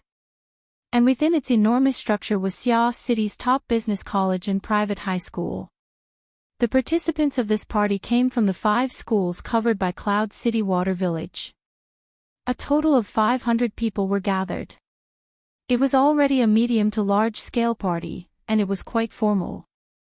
Before arriving at the venue, Luo Nan and the others had to follow the requirements of the party and change their clothes. This is quite troublesome. Also, what the hell is this? Luo Nan shook his white coat, which was clearly a size too big, in the luxurious suite reserved by Tyrant Xie.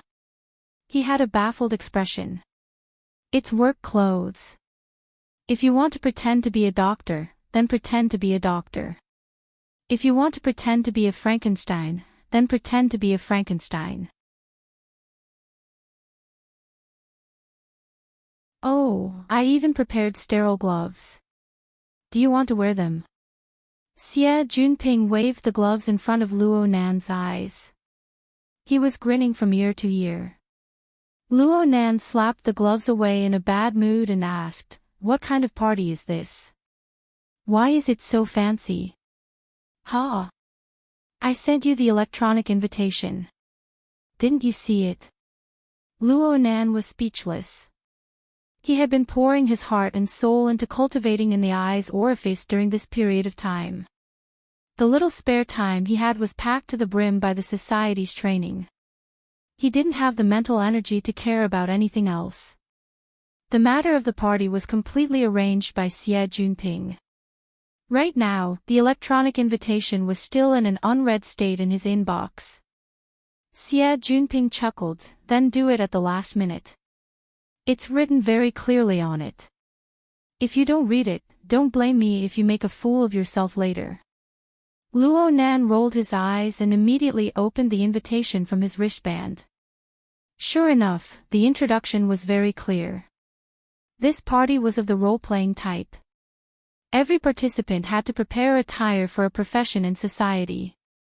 It would be best if the attire was related to their profession and specialty. There were thousands of professions in society, but there were far fewer who had the corresponding attire with distinct characteristics. There would certainly be repetitions. The theme of today's party was called Mutual Appreciation. The invitation said that there would be interactions between people of the same profession who were role-playing. The wording was mysterious and not too serious. Luo Nan scratched his head when he saw this. He had been a nerd for many years. He was most afraid of this sort of bustle. He felt uncomfortable no matter what. Also, what kind of vile hobby did Xie Junping have? Why did he make him look like a doctor or a Frankenstein? He laughed and said, "It's a good thing I read it early. I don't need to make any special preparations." The angle he was role-playing today was that of a martial artist. It was his true self. He wore the Taoist uniform of Divine Yu Jim every day. His appearance didn't change at all. It was said that this was to advertise the Taoist gym. Being old for so long had become a habit. Even though the Taoist gym no longer recruited students, he didn't change his clothes. He was the most worry-free one. As for Xie Junping, he was the most normal. He wore formal attire, and he had added a layer of sequins to it. It was quite eye-catching. Luo Nan was both amazed and dissatisfied. Why are you wearing formal attire? I'm also a character. What do you think? My true nature is to be dissolute, rich, and carefree. Xie Junping laughed and pushed Luo Nan and Shuelei out. They headed to the venue together. Luo Nan shook his white coat. He felt awkward no matter how he looked at it, but a certain someone was waving gloves in front of his eyes. Dr. Luo, you really don't need it. Call me Dr. Luo. Luo Nan replied hatefully. Then he snatched the gloves from Xie Junping and stuffed them into his pocket. He couldn't help but laugh to himself. It had been a long time since he had felt this relaxed. They were currently in the Ocean Sky Cloud City building. This was the fourth of the 6 buildings in Cloud City Water Village that were distributed in a circular staircase fashion. The first 3 buildings had the name of Water Village. Starting from this building, the 2 words, Cloud City, were hung in the building's name. The building's height rose correspondingly. Of course, the prices of the various services were the same. Shuelei grimaced at the exquisite and luxurious furnishings along the way as he walked on the road to the party venue. A cold and gorgeous deep blue light assaulted his face the instant he stepped into the main venue. He exclaimed in surprise, "Good heavens! My goodness, this is the Crystal Palace." The first impression that the main venue gave people was that of rippling waves. The enormous amount of seawater was sealed by a transparent crystal wall. Under the illumination of the lights, it presented the near-perfect texture of the ocean as one would expect. Actually, this scene could be seen in any modern marine park or underwater world. It wasn't strange at all. But one just had to think about it. This was the interior of an 800-meter-tall skyscraper. The seawater flowed from top to bottom, through the entire structure. It was stored in the walls and flowed within the pillars. Tens of millions of tons of seawater were displayed in such a regular and willful manner.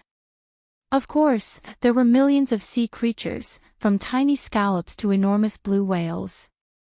They collectively constructed a complete and twisted chain of life. Right now, the participants of the party were all distributed on the circular viewing platform built around the Central Ocean scenic area. Several hundred people were quite a lot. But compared to the 120-meter diameter crystal pillar, which was as tall as the building itself, it really wasn't much. This world-breaking water tank was erected, filled with seawater, and maintained the highest level of safety protection. This achievement could be called a monumental monument in the field of applied physics. Cloud City Water Village's building complex was completely formed 4 years ago. Ocean Sky Cloud City was the last to be built. It was built about a year later than the main building. It could be seen just how difficult the construction was. Luo Nan had come here twice with his aunt's family. It wasn't his first time seeing it, so he felt a bit weaker. But he never got tired of looking at the beautiful sea creatures inside. The three of them didn't speak for a while until someone called out to them. "Brother Ping, you guys came pretty late." Hu Huaying, who was in charge of the advance party, had arrived long ago. She popped out of nowhere. Today's party was a get-together initiated by the student unions of 5 schools. Each school only had 100 spots.